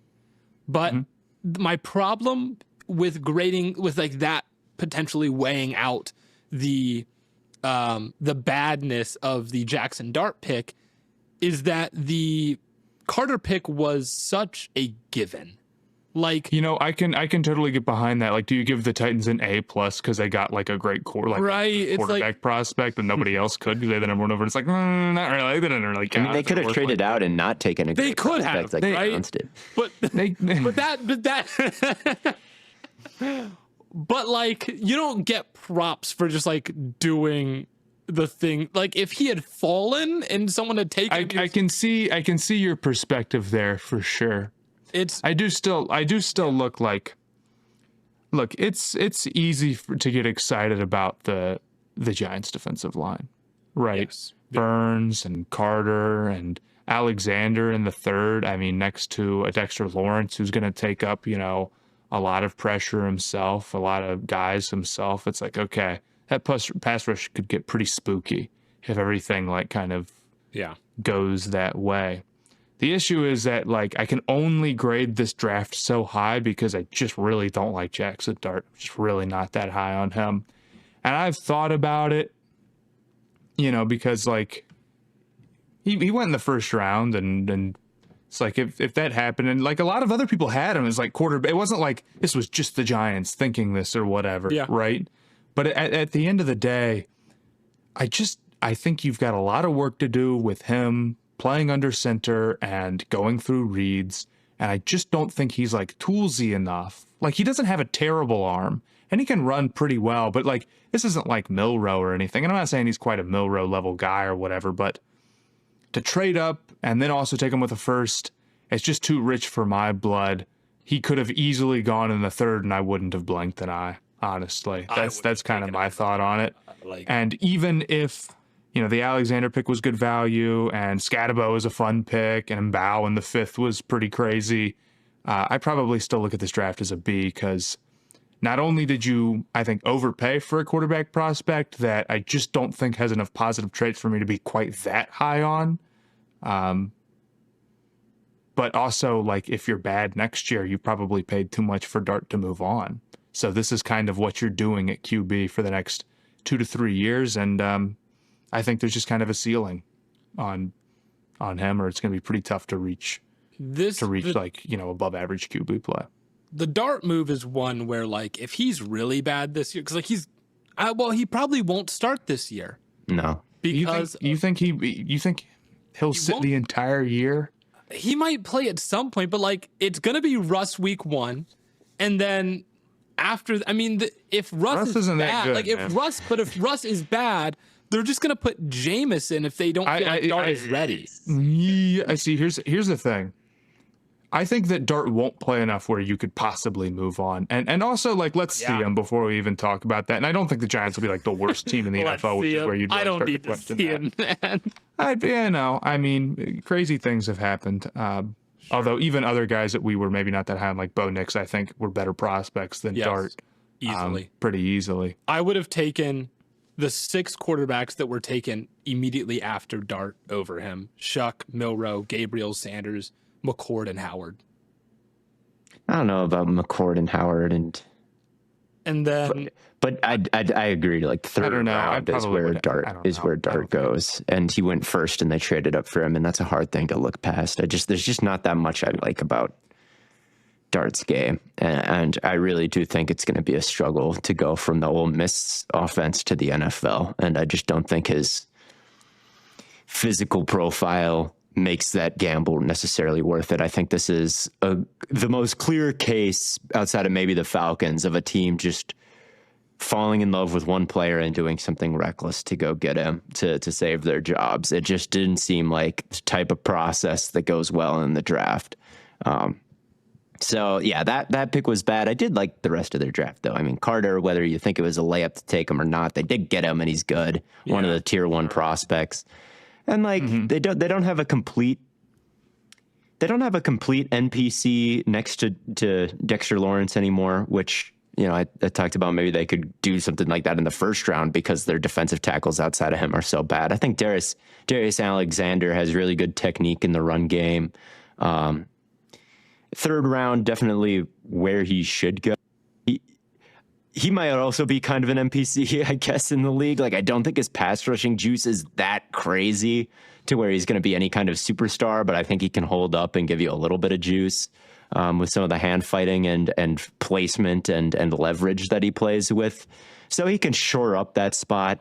Sure. Scatabo, everybody knows the name, obviously, and the amount of heart that he plays with is admirable while also having a route tree, but in the league right now, how much do you want a guy who can really like run the wide zone, put his foot in the ground and like actually hit a home run? Like that's just not who Scatabo is at all. He's more of like an action hero, probably following pullers. He's a solid back. I'm not a huge Scatabo fan. Fourth round is like very fair for him. Day 2 would have been, I think, too expensive. I don't know. Sure. I'm not even the biggest Darius Alexander fan. Like, I don't know. Like the pass rush stuff is concerning, and like he's not as good of a run defender as Williams to be like super, super excited about him. But like in the third, I can get behind it. Scatabo, I don't love. So it's like Scatabo for, man. I'm not trying to. All right, man. That's supposed to be your boy, by the way, Theo. He is my boy. He carried us, but I also think there's a lot of college players who carry teams and they're not carrying NFL teams, you know, like that happens kind of all the time. And I just don't know if like Scatabo is going to be able to, I mean, what's nice about Scatabo is that he takes on a ton of contact and he breaks all of it. Like it's crazy, but I'd rather have someone more fast and elusive and like with better vision and all those things instead of if he hits every player on the NFL defense on his way like through the secondary, he's going to get tackled more easily. Like you got to be able to not even be touched, you know? So 4th round seemed fair for him, but you know, his will and want to is absolutely out of this world good. Yeah. He's just a demon. That's all I know. And maybe he has more juice as like a receiving back or like a dog as a blocker that gets him on the field even more. So I could see that being a decent pick. And then Bo too, I could see that being a decent pick. Although, like I said, the film is like first round level, like the explosiveness, the hand fighting, like there's so much about him and so many people fell in love and I really get it. But the concern with him and why he fell so far is like, he looks more like an auxiliary blocking piece than like an offensive lineman in terms of his size. He's gonna get redshirted. I mean, like he's gotta maybe bulk up some. He's got to bulk up a lot, but you know, if he's like move him as far inside as he can go, like a center. Why do you guys hate the Giants, bro? He's a good pick. I think he could be a good pick in the 5th round. I do. That's the thing about him. Like he's a 5th rounder. He's a 5th rounder. Like I'm saying that he has like some 1st round traits, and explaining why he went in the 5th round is just like where does every other team is crazy. That's where does he fit in the line? I am gonna be, or maybe he's a goated maybe he's a goated tight end blocker. Did Lampkin even get drafted? He's an undrafted free agent for the who took him? We pardon this. We parted this interruption. He's the Rams. He's a Rams. Oh, that'll be cool. He'll be a good center for the Rams too. Kind of like Bo, like way undersized, but like 1st round film. And he went undrafted, and Bo went 5th round, even though everybody who watched those guys like just absolutely loved what they saw. I think. Outside Willie of like, Lampkin's one of those guys who's so undersized that like if he is successful, there will be like a really poorly done like movie about it in 20 years. You know what I'm talking about? Like one of those movies where you're like, oh, this is pretty rough even for a sports movie, but the story is pretty dang good. That's Lampkin. Yeah, someone will cry in this movie for sure.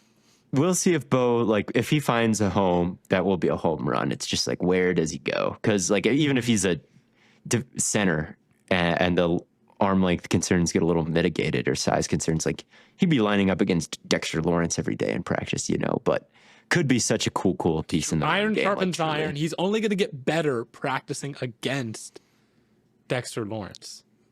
So, but yeah, I don't love this draft for them. It's probably my least favorite draft of any team, even though they did get Carter. So like, and you know, the more I think about it, I wonder if I'm being too harsh on the Giants and maybe not harsh enough on the Falcons. I think you can be harsh on both of them and it's okay. I really do. I think it's funny you're like, that was a layup and then your team traded out of Travis Hunter. Yeah, man. Like, I gave the Browns a bad grade too. Like, I didn't say the Browns crushed it. But the Browns also didn't like take a quarterback in the 1st round that didn't deserve it. So, but the last team in this division is the Philadelphia Eagles. We haven't talked about the Eagles or the Commanders, I don't think. Yeah. Oh yeah, we haven't talked about the Commanders either. Yeah, geez. But let's hit the Eagles, who I thought had a pretty solid draft. I mean, we talked about Campbell. I thought he was a guy who was pretty easily 1st round. Heard he had some shoulder issues, so we'll see about that. But he's special in coverage for a linebacker, totally special. Even if you're losing some stuff with him being only 235, like the way that he can fly around and his pursuit too, getting downhill is really great. It's just, can he anchor a little more when he takes on blocks and not get displaced? That's the question for him. And we've seen he's him got a be lighter able lower to half. do it, but He can disengage from blocks, but can he? If someone latches on to him, I don't think he's got it to not be displaced a little bit.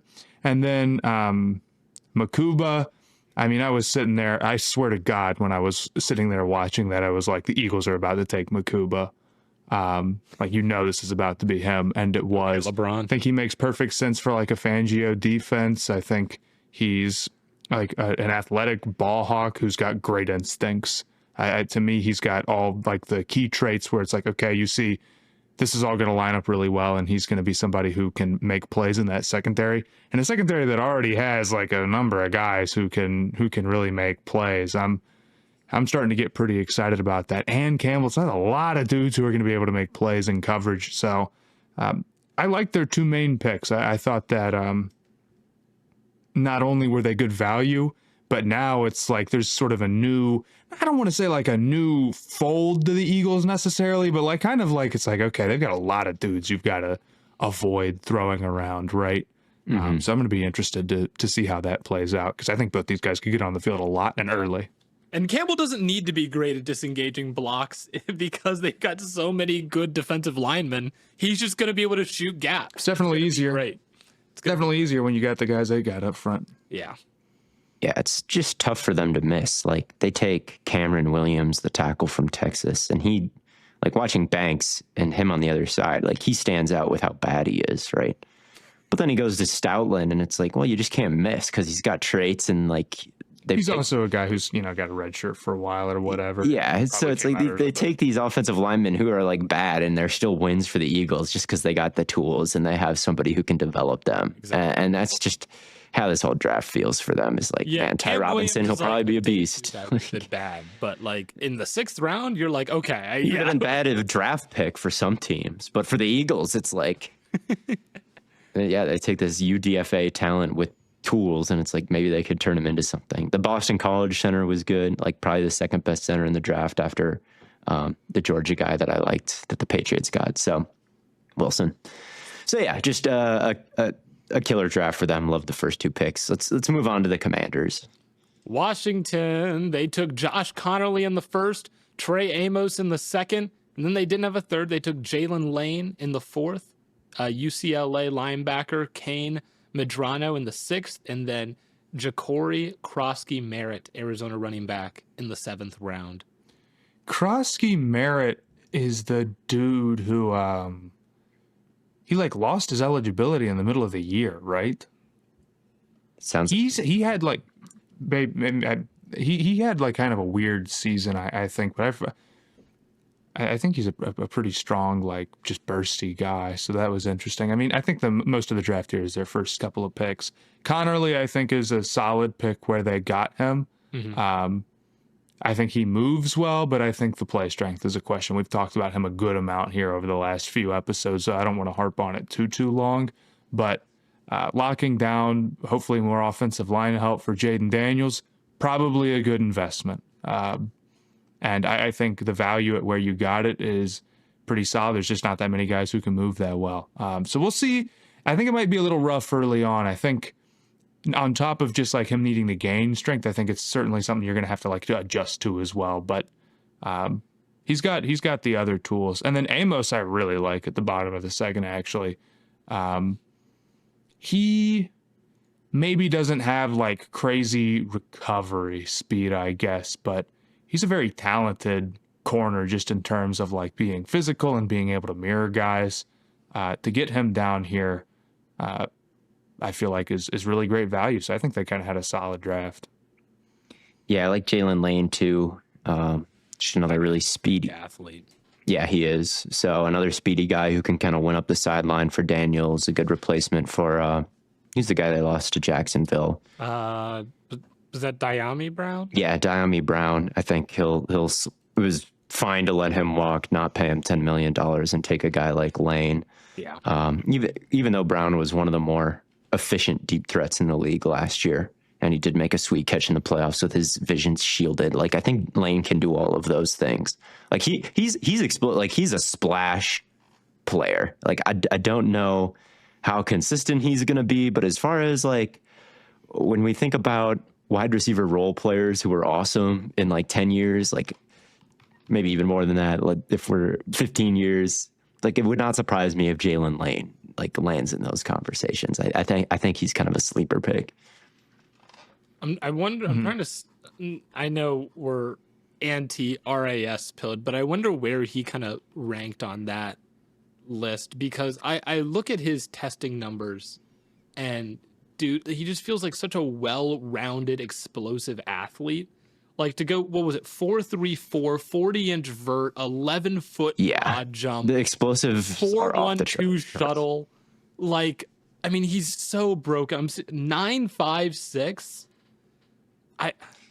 That feels insane to me, given like how much he's like how many like crazy athletic feats he's able to hit. But maybe that's just what you would expect from that kind of a great punt returner. Underneath, pepper him with the underneath, and then maybe hit him with like a deep shot or two a game. He didn't do too much out wide, I guess, at Virginia. So maybe like a 1-for-1 replacement isn't quite true, but he's going to be an interesting piece, I think. Yeah, but I thought they had at the very least a Zacchaeus replacement. I thought they had a pretty solid draft. Yeah, drive.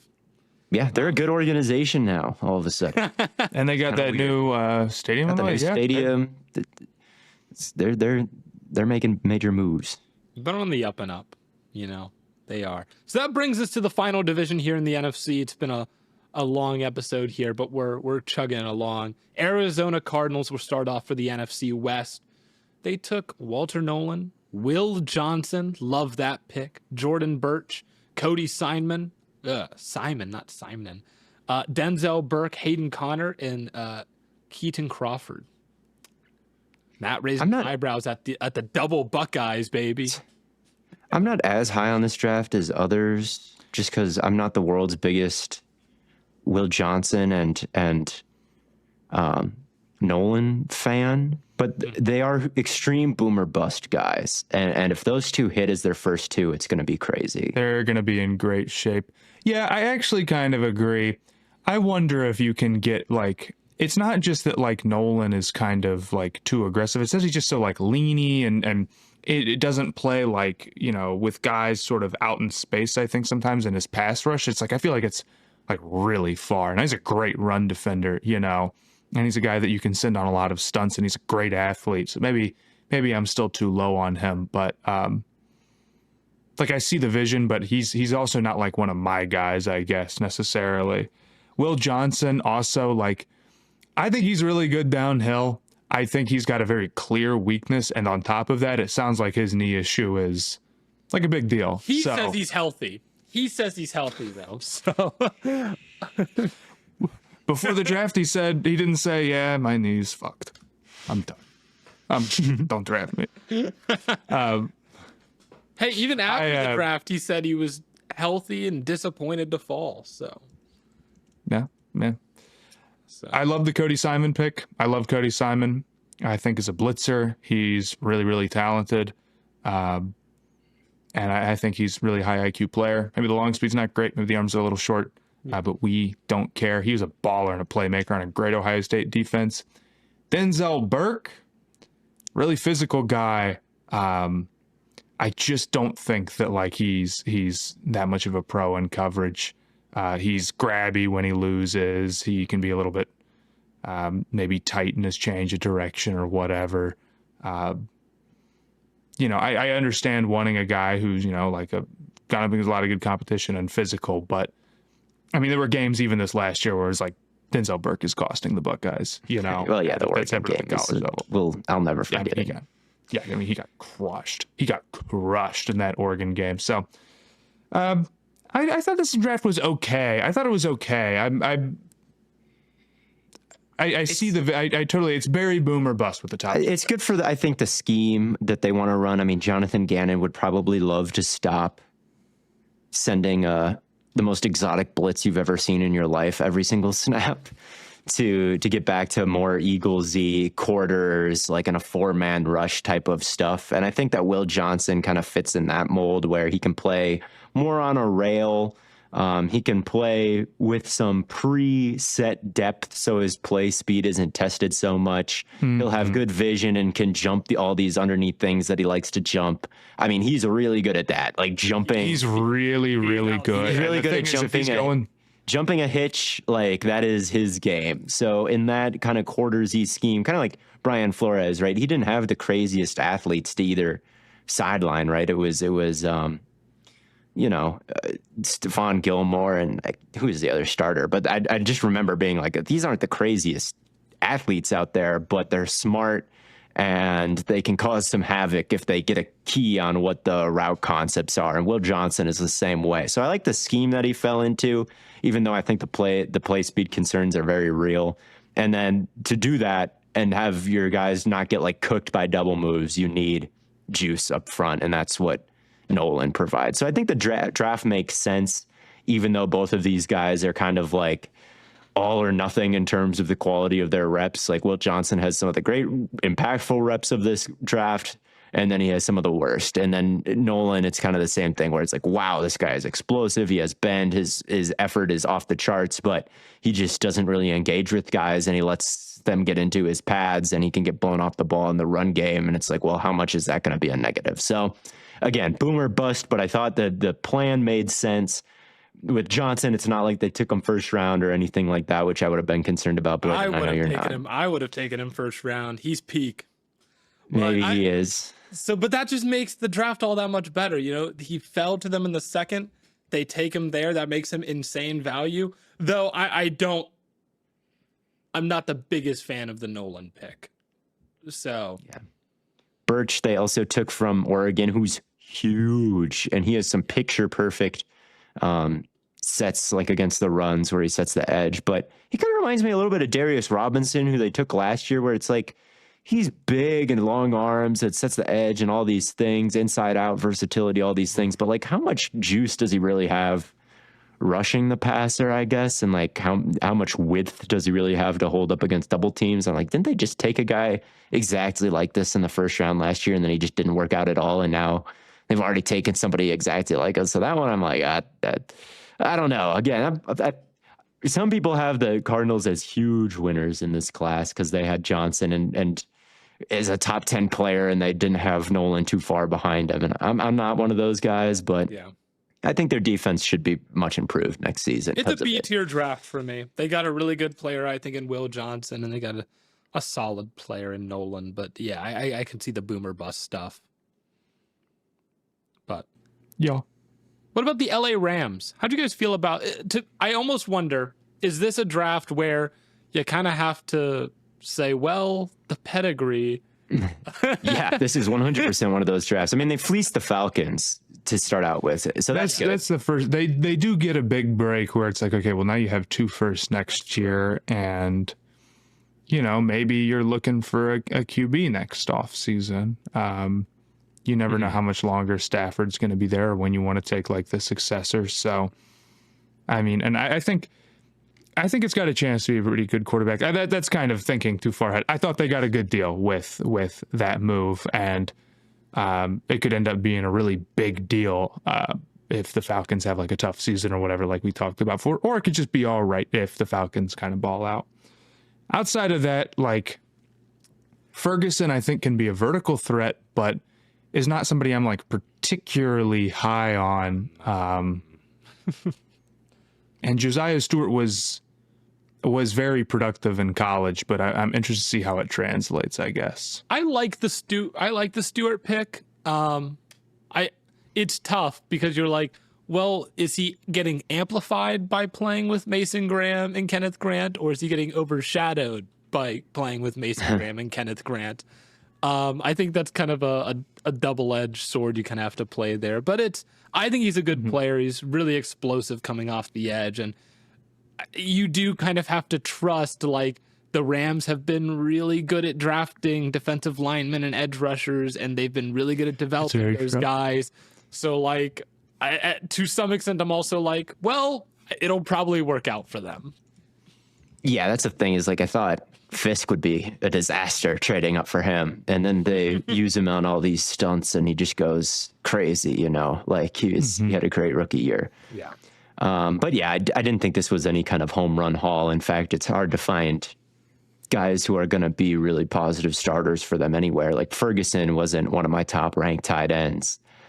Stewart, I do like him. I thought he would have been someone I would have been interested in for the Packers because of his speed to power ability, but that's kind of all it is over and over again. He's throwing these like long, like two-handed bull rushes at the wall, and sometimes they really work, and then sometimes they don't. So as tenacious as he is, I just don't know if he's got the tools at his size to be crazy great at any point, but I do like the way he plays. He doesn't need to like have this crazy bag because they're only going to ask him to do one thing anyway, and he's going to be really good at that one thing.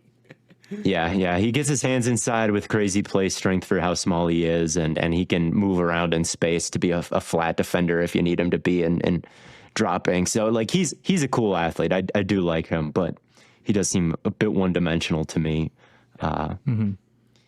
But yeah, it's the rest. I don't know too much about. I'm not a big Ty Hamilton guy from Ohio State. I thought he was the worst player on that front four. But again, they're going to stunt him, and then he's going to clean up versus mess. Paul. I like Chris Paul. I like Chris Paul too. He's good in coverage. I was kind of mad the Panthers weren't taking him. When they took ET. I wanted the Panthers to take like another linebacker who's maybe a little bit more psyched up in coverage, and then they took ETN. I was like, it sucks. This sucks, but it was a great draft. So yeah, it's true. A++ platinum gold draft, for the Carolina. A gold plus. But gold yeah, plus gold. You got the idea. He's got. But yeah, I guess what you said. Yeah, man.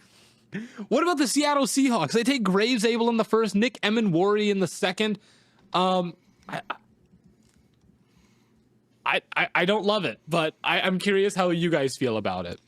They've got a draft where, like, you can't tell who went where. When you look at their whole haul, it's like, geez, there's Martinez, there's Horton, there's Milrow, there's Arroyo, there's Emenwari, there's Zabel. Like, you just line them all up next to each other, and if you told me before the draft, like, what order did these guys go in? Like, who's their first? It's like, I have no idea, but they got a big group of good players. Now, trading up for Emenwari, I don't agree with. I just don't think he's a very good safety. Like, I think I used to be high on him, and then I the more I watched him, the lower. Like he's supposed, especially going to Seattle now. The comps were already there before, but like the Cam Chancellor comps are crazy. Like he's just not even close to that physical. Sorry, what? Yeah, people compare him to Cam Chancellor all the time because he's such a tall, like box safety, but he's just not that kind of hitter at all. Like he's not very, like. He's not that coordinated. Like he's fast in a straight line. Like it's very hard to break something up the sideline when he's around, and he can cover a lot of space in the sim pressure game, which is I'm sure what they drafted him for. Like that pick six he had versus LSU where it looked like he was going to blitz and then he dropped and got like incredible amounts of depth and then hopped up and picked the thing off, and then he hit the ground and he was just gone with the straight line speed. So I'm sure McDonald saw that and was like, I need him on my team. But it's just, man, as a traditional safety, there's a lot to be desired in terms of play recognition, in terms of, being in the right position with his hips, in terms of actually hitting people and making good contact, in terms of, change of direction, in terms of like not biting on pump fakes. Like he's a total project and might need a position change to nickel or even outside corner I'd be down with. I'm seeing a Cam Chancellor. I'm seeing a Kyle Duggar. I'm seeing a Derwin James, and I'm seeing. He's not Derwin. What was the name of back in like 2015, that era, like Geno Atkins era, Cincinnati defense? They had a tall safety. I'm not saying that's his comp. I'm just like Georgia Loca. Yes, that's what I was thinking of. I just could not think of that guy's. I'm not saying that's a comp at all. I honestly don't remember his game that well, if I'm being completely honest. But he was getting like elite Madden mobile cards, bro. He was getting the red Madden mobile cards. Definitely he was getting the elite. But I think he was kind of slow, and I never used him. He was. Regardless, but I don't know. I like him in Warrior a little bit more than you was guys. Like a 95 or something. But my favorite pick of theirs is Jalen Milrow. I think. That's the pick they traded away for Geno. They pretty much straight up turned Geno into Jalen Milroe. And you know what? I mean, look, Let them cook. it doesn't. I feel like that sounds like that's going to be a long shot to work out on paper. Yeah. It's funny how that's worked out. I think Milroe's a crazy athlete. I think he's unbelievably fast. And I think there were times last year when he actually looked pretty solid in the pocket, getting the ball out kind of quickly and maybe making a read or two. It's pretty sparse, but he's young, and I can I've seen it before with him in a way where maybe some of these other project guys, it's like they just you didn't ever really see it right. Mm-hmm. And I've heard them talk about using him as a gadget guy. Some of that sort of mitigates some of the risk of well, maybe he won't turn into our next real QB, but we can do some cool things with him. And that would be neat. So I don't hate the pick here. I understand the shot, and it's easy to say it's a long shot, but yeah, if you don't have a quarterback, in a way, he's just harder to guard than these other quarterbacks. In a way, he's just harder to guard. Mm-hmm. Oh yes, but he needs work. People love Malachi Starks. Jalen Milroe had this guy fighting for his life in pursuit. Really his game against LSU is the best rushing performance ever. Now, that game is insane. Although I will say this, I heard a lot of he's a better rusher than Lamar Jackson talk. No. He's faster in a straight line, but he is not doing the dancing. I don't know if he is fast. I don't know if he is the hurdling, the spatial awareness of Lamar Jackson is crazy, and it's something that Milroe and nobody has. No. Yes, yeah, that's a great point. That's a great way to put it. You're totally right. Yeah, Milroe does not have that, which Lamar does, and maybe he's thicker and when he gets downhill and runs behind his pads, Milroe does have something maybe that Jackson doesn't, but he's not a better overall mover, not even close. As a mover, Lamar Jackson is the best mover runner than Hurts to ever exist. Yeah. But he is fast. I do think he's a better runner than Hurts because he's so much faster. I think. The speed is crazy. The speed is crazy. But I think about it when Lamar gets downhill and really leans into really wants to run. Lamar's too smart to run like Milroe. I don't remember the last time I've seen Lamar Jackson run full speed, but I know he is fast as shit. I think you're underrating how good Hurts's power is, how important that is. If I could say, he's being built crazy, definitely. He's built crazy. I mean, Hurts, it's a superpower. They just always get 4th and 1s. They just get it every time, and it is the absolute red zone super duper cheat code. And I'm saying this, I watched Cam Newton growing up. If Cam had been a great runner, but they couldn't have just been well, it's short yardage and we don't want to know what to do, Cam Newton, go do a somersault into the end zone. If they couldn't have done that, the Panthers never would have made the playoffs ever in my whole life. They would have been trash in the red zone if it wasn't for Cam bailing them out. I don't know if that's quite true for the Eagles because they're just obviously a better team. Yeah. But I think what makes the Eagles the most frustrating thing about the Eagles, outside of the fact that they're always just killing drafts, is the fact that Hurts is just so damn powerful, man. He's just so strong. I'm not saying that Milroe isn't necessarily not a better runner, because Milroe's clearly going to be one of the top runners. But honestly, I would take Hurts and his power. I think so. I think the short speed. Yardage. I hate to drop this bomb on you in the middle, but I have to go. You have to go? Now? I do.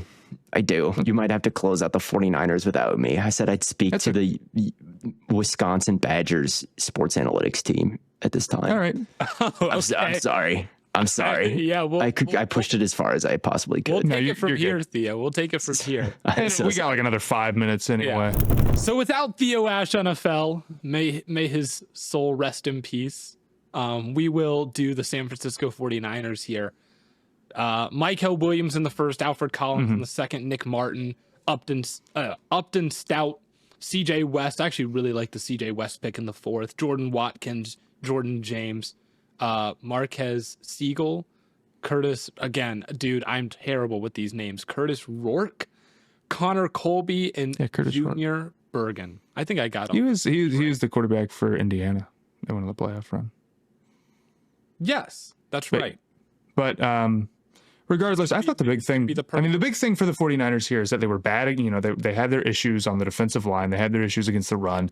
And clearly they do not want that to be their issue anymore. Mykel Williams, say what you want about him and whether or not he's going to be able to develop into a pass rusher.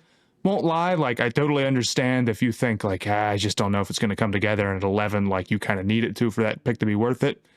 Not an unfair point, but I kind of think he's not that far off for a guy who's not there, and I think he's fantastic against the run. Collins is another guy who I think you know what you're getting in him. He's very sturdy against the run. He's very hard to move, and CJ West is not all that different. So... yeah. I guess I don't know if I would say that this is like the craziest draft, but what you can say about the 49ers is that there is a new strength to the team, hopefully. There is a new aspect or fold to this team that there wasn't before, in the sense that, like, now you feel like the defensive line, at the minimum, should be able to hold its own. And while maybe you don't get, like, the crazy pass rush juice, because that's what they'd really been speccing into, right? When they went and got like a Hardgrave or whatever. Now they're more like, hey, we want to make sure that we're like stout against the run and able to handle that on our own. And I guess the assumption is, as long as we got Nick Bosa and we can hold up against the run, like, our pass rush could probably only be in such a bad spot. Yeah. So I liked their draft a decent amount. I'm not always, actually, I'm never a fan of being like, well, we have to get this thing done. But also I can respect when you get something done in the draft. Maybe you should just be taking BPA all the time. But the Niners got things to do. So I didn't dislike this one. It's more like, if you're not going to go BPA, then you better be geared in on getting your meat. You better be really doing something. Right? Like this is the thing with Dallas, right? This is the big problem with Dallas. Like, not only did they not go BPA, but they also, like, didn't do anything, Yeah, it's like they didn't go BPA. They had a couple of picks where they went BPA, but then the Booker pick third round, it's like they really needed to find a new strength to their team, and they didn't. And it's like, yeah, I think that this is a little bit more targeted than the Dallas draft. So I liked it a decent amount. Yeah, that is a good reason to be positive about it. I do like it in that sense, though, even if I'm not super, super high on all of the players they took. They definitely knew what they wanted to do. Mm-hmm.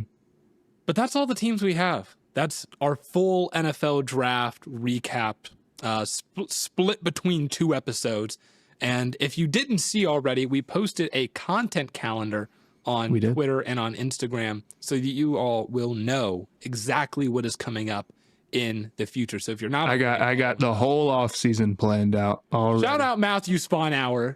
People always comment, another Matt masterclass.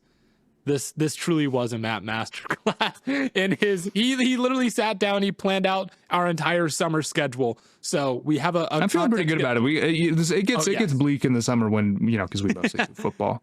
But not this year. Not this year. And I'm hoping we've got some, I don't want to say like we have anything like huge, crazy planned, but we can definitely be a little bit more in depth when we're not like sitting there on like a Tuesday being like, what are we going to record on Wednesday? So I'm looking forward to months in advance, like what we're talking about, it's going to make the conversation that much better. So make sure you're all tuned in. Make sure you're following us on Twitter and Instagram so that you can stay up to knowledge on what is coming your way. And until our next episode, thank you all for tuning in. And as always, we will catch you on the flippity flop.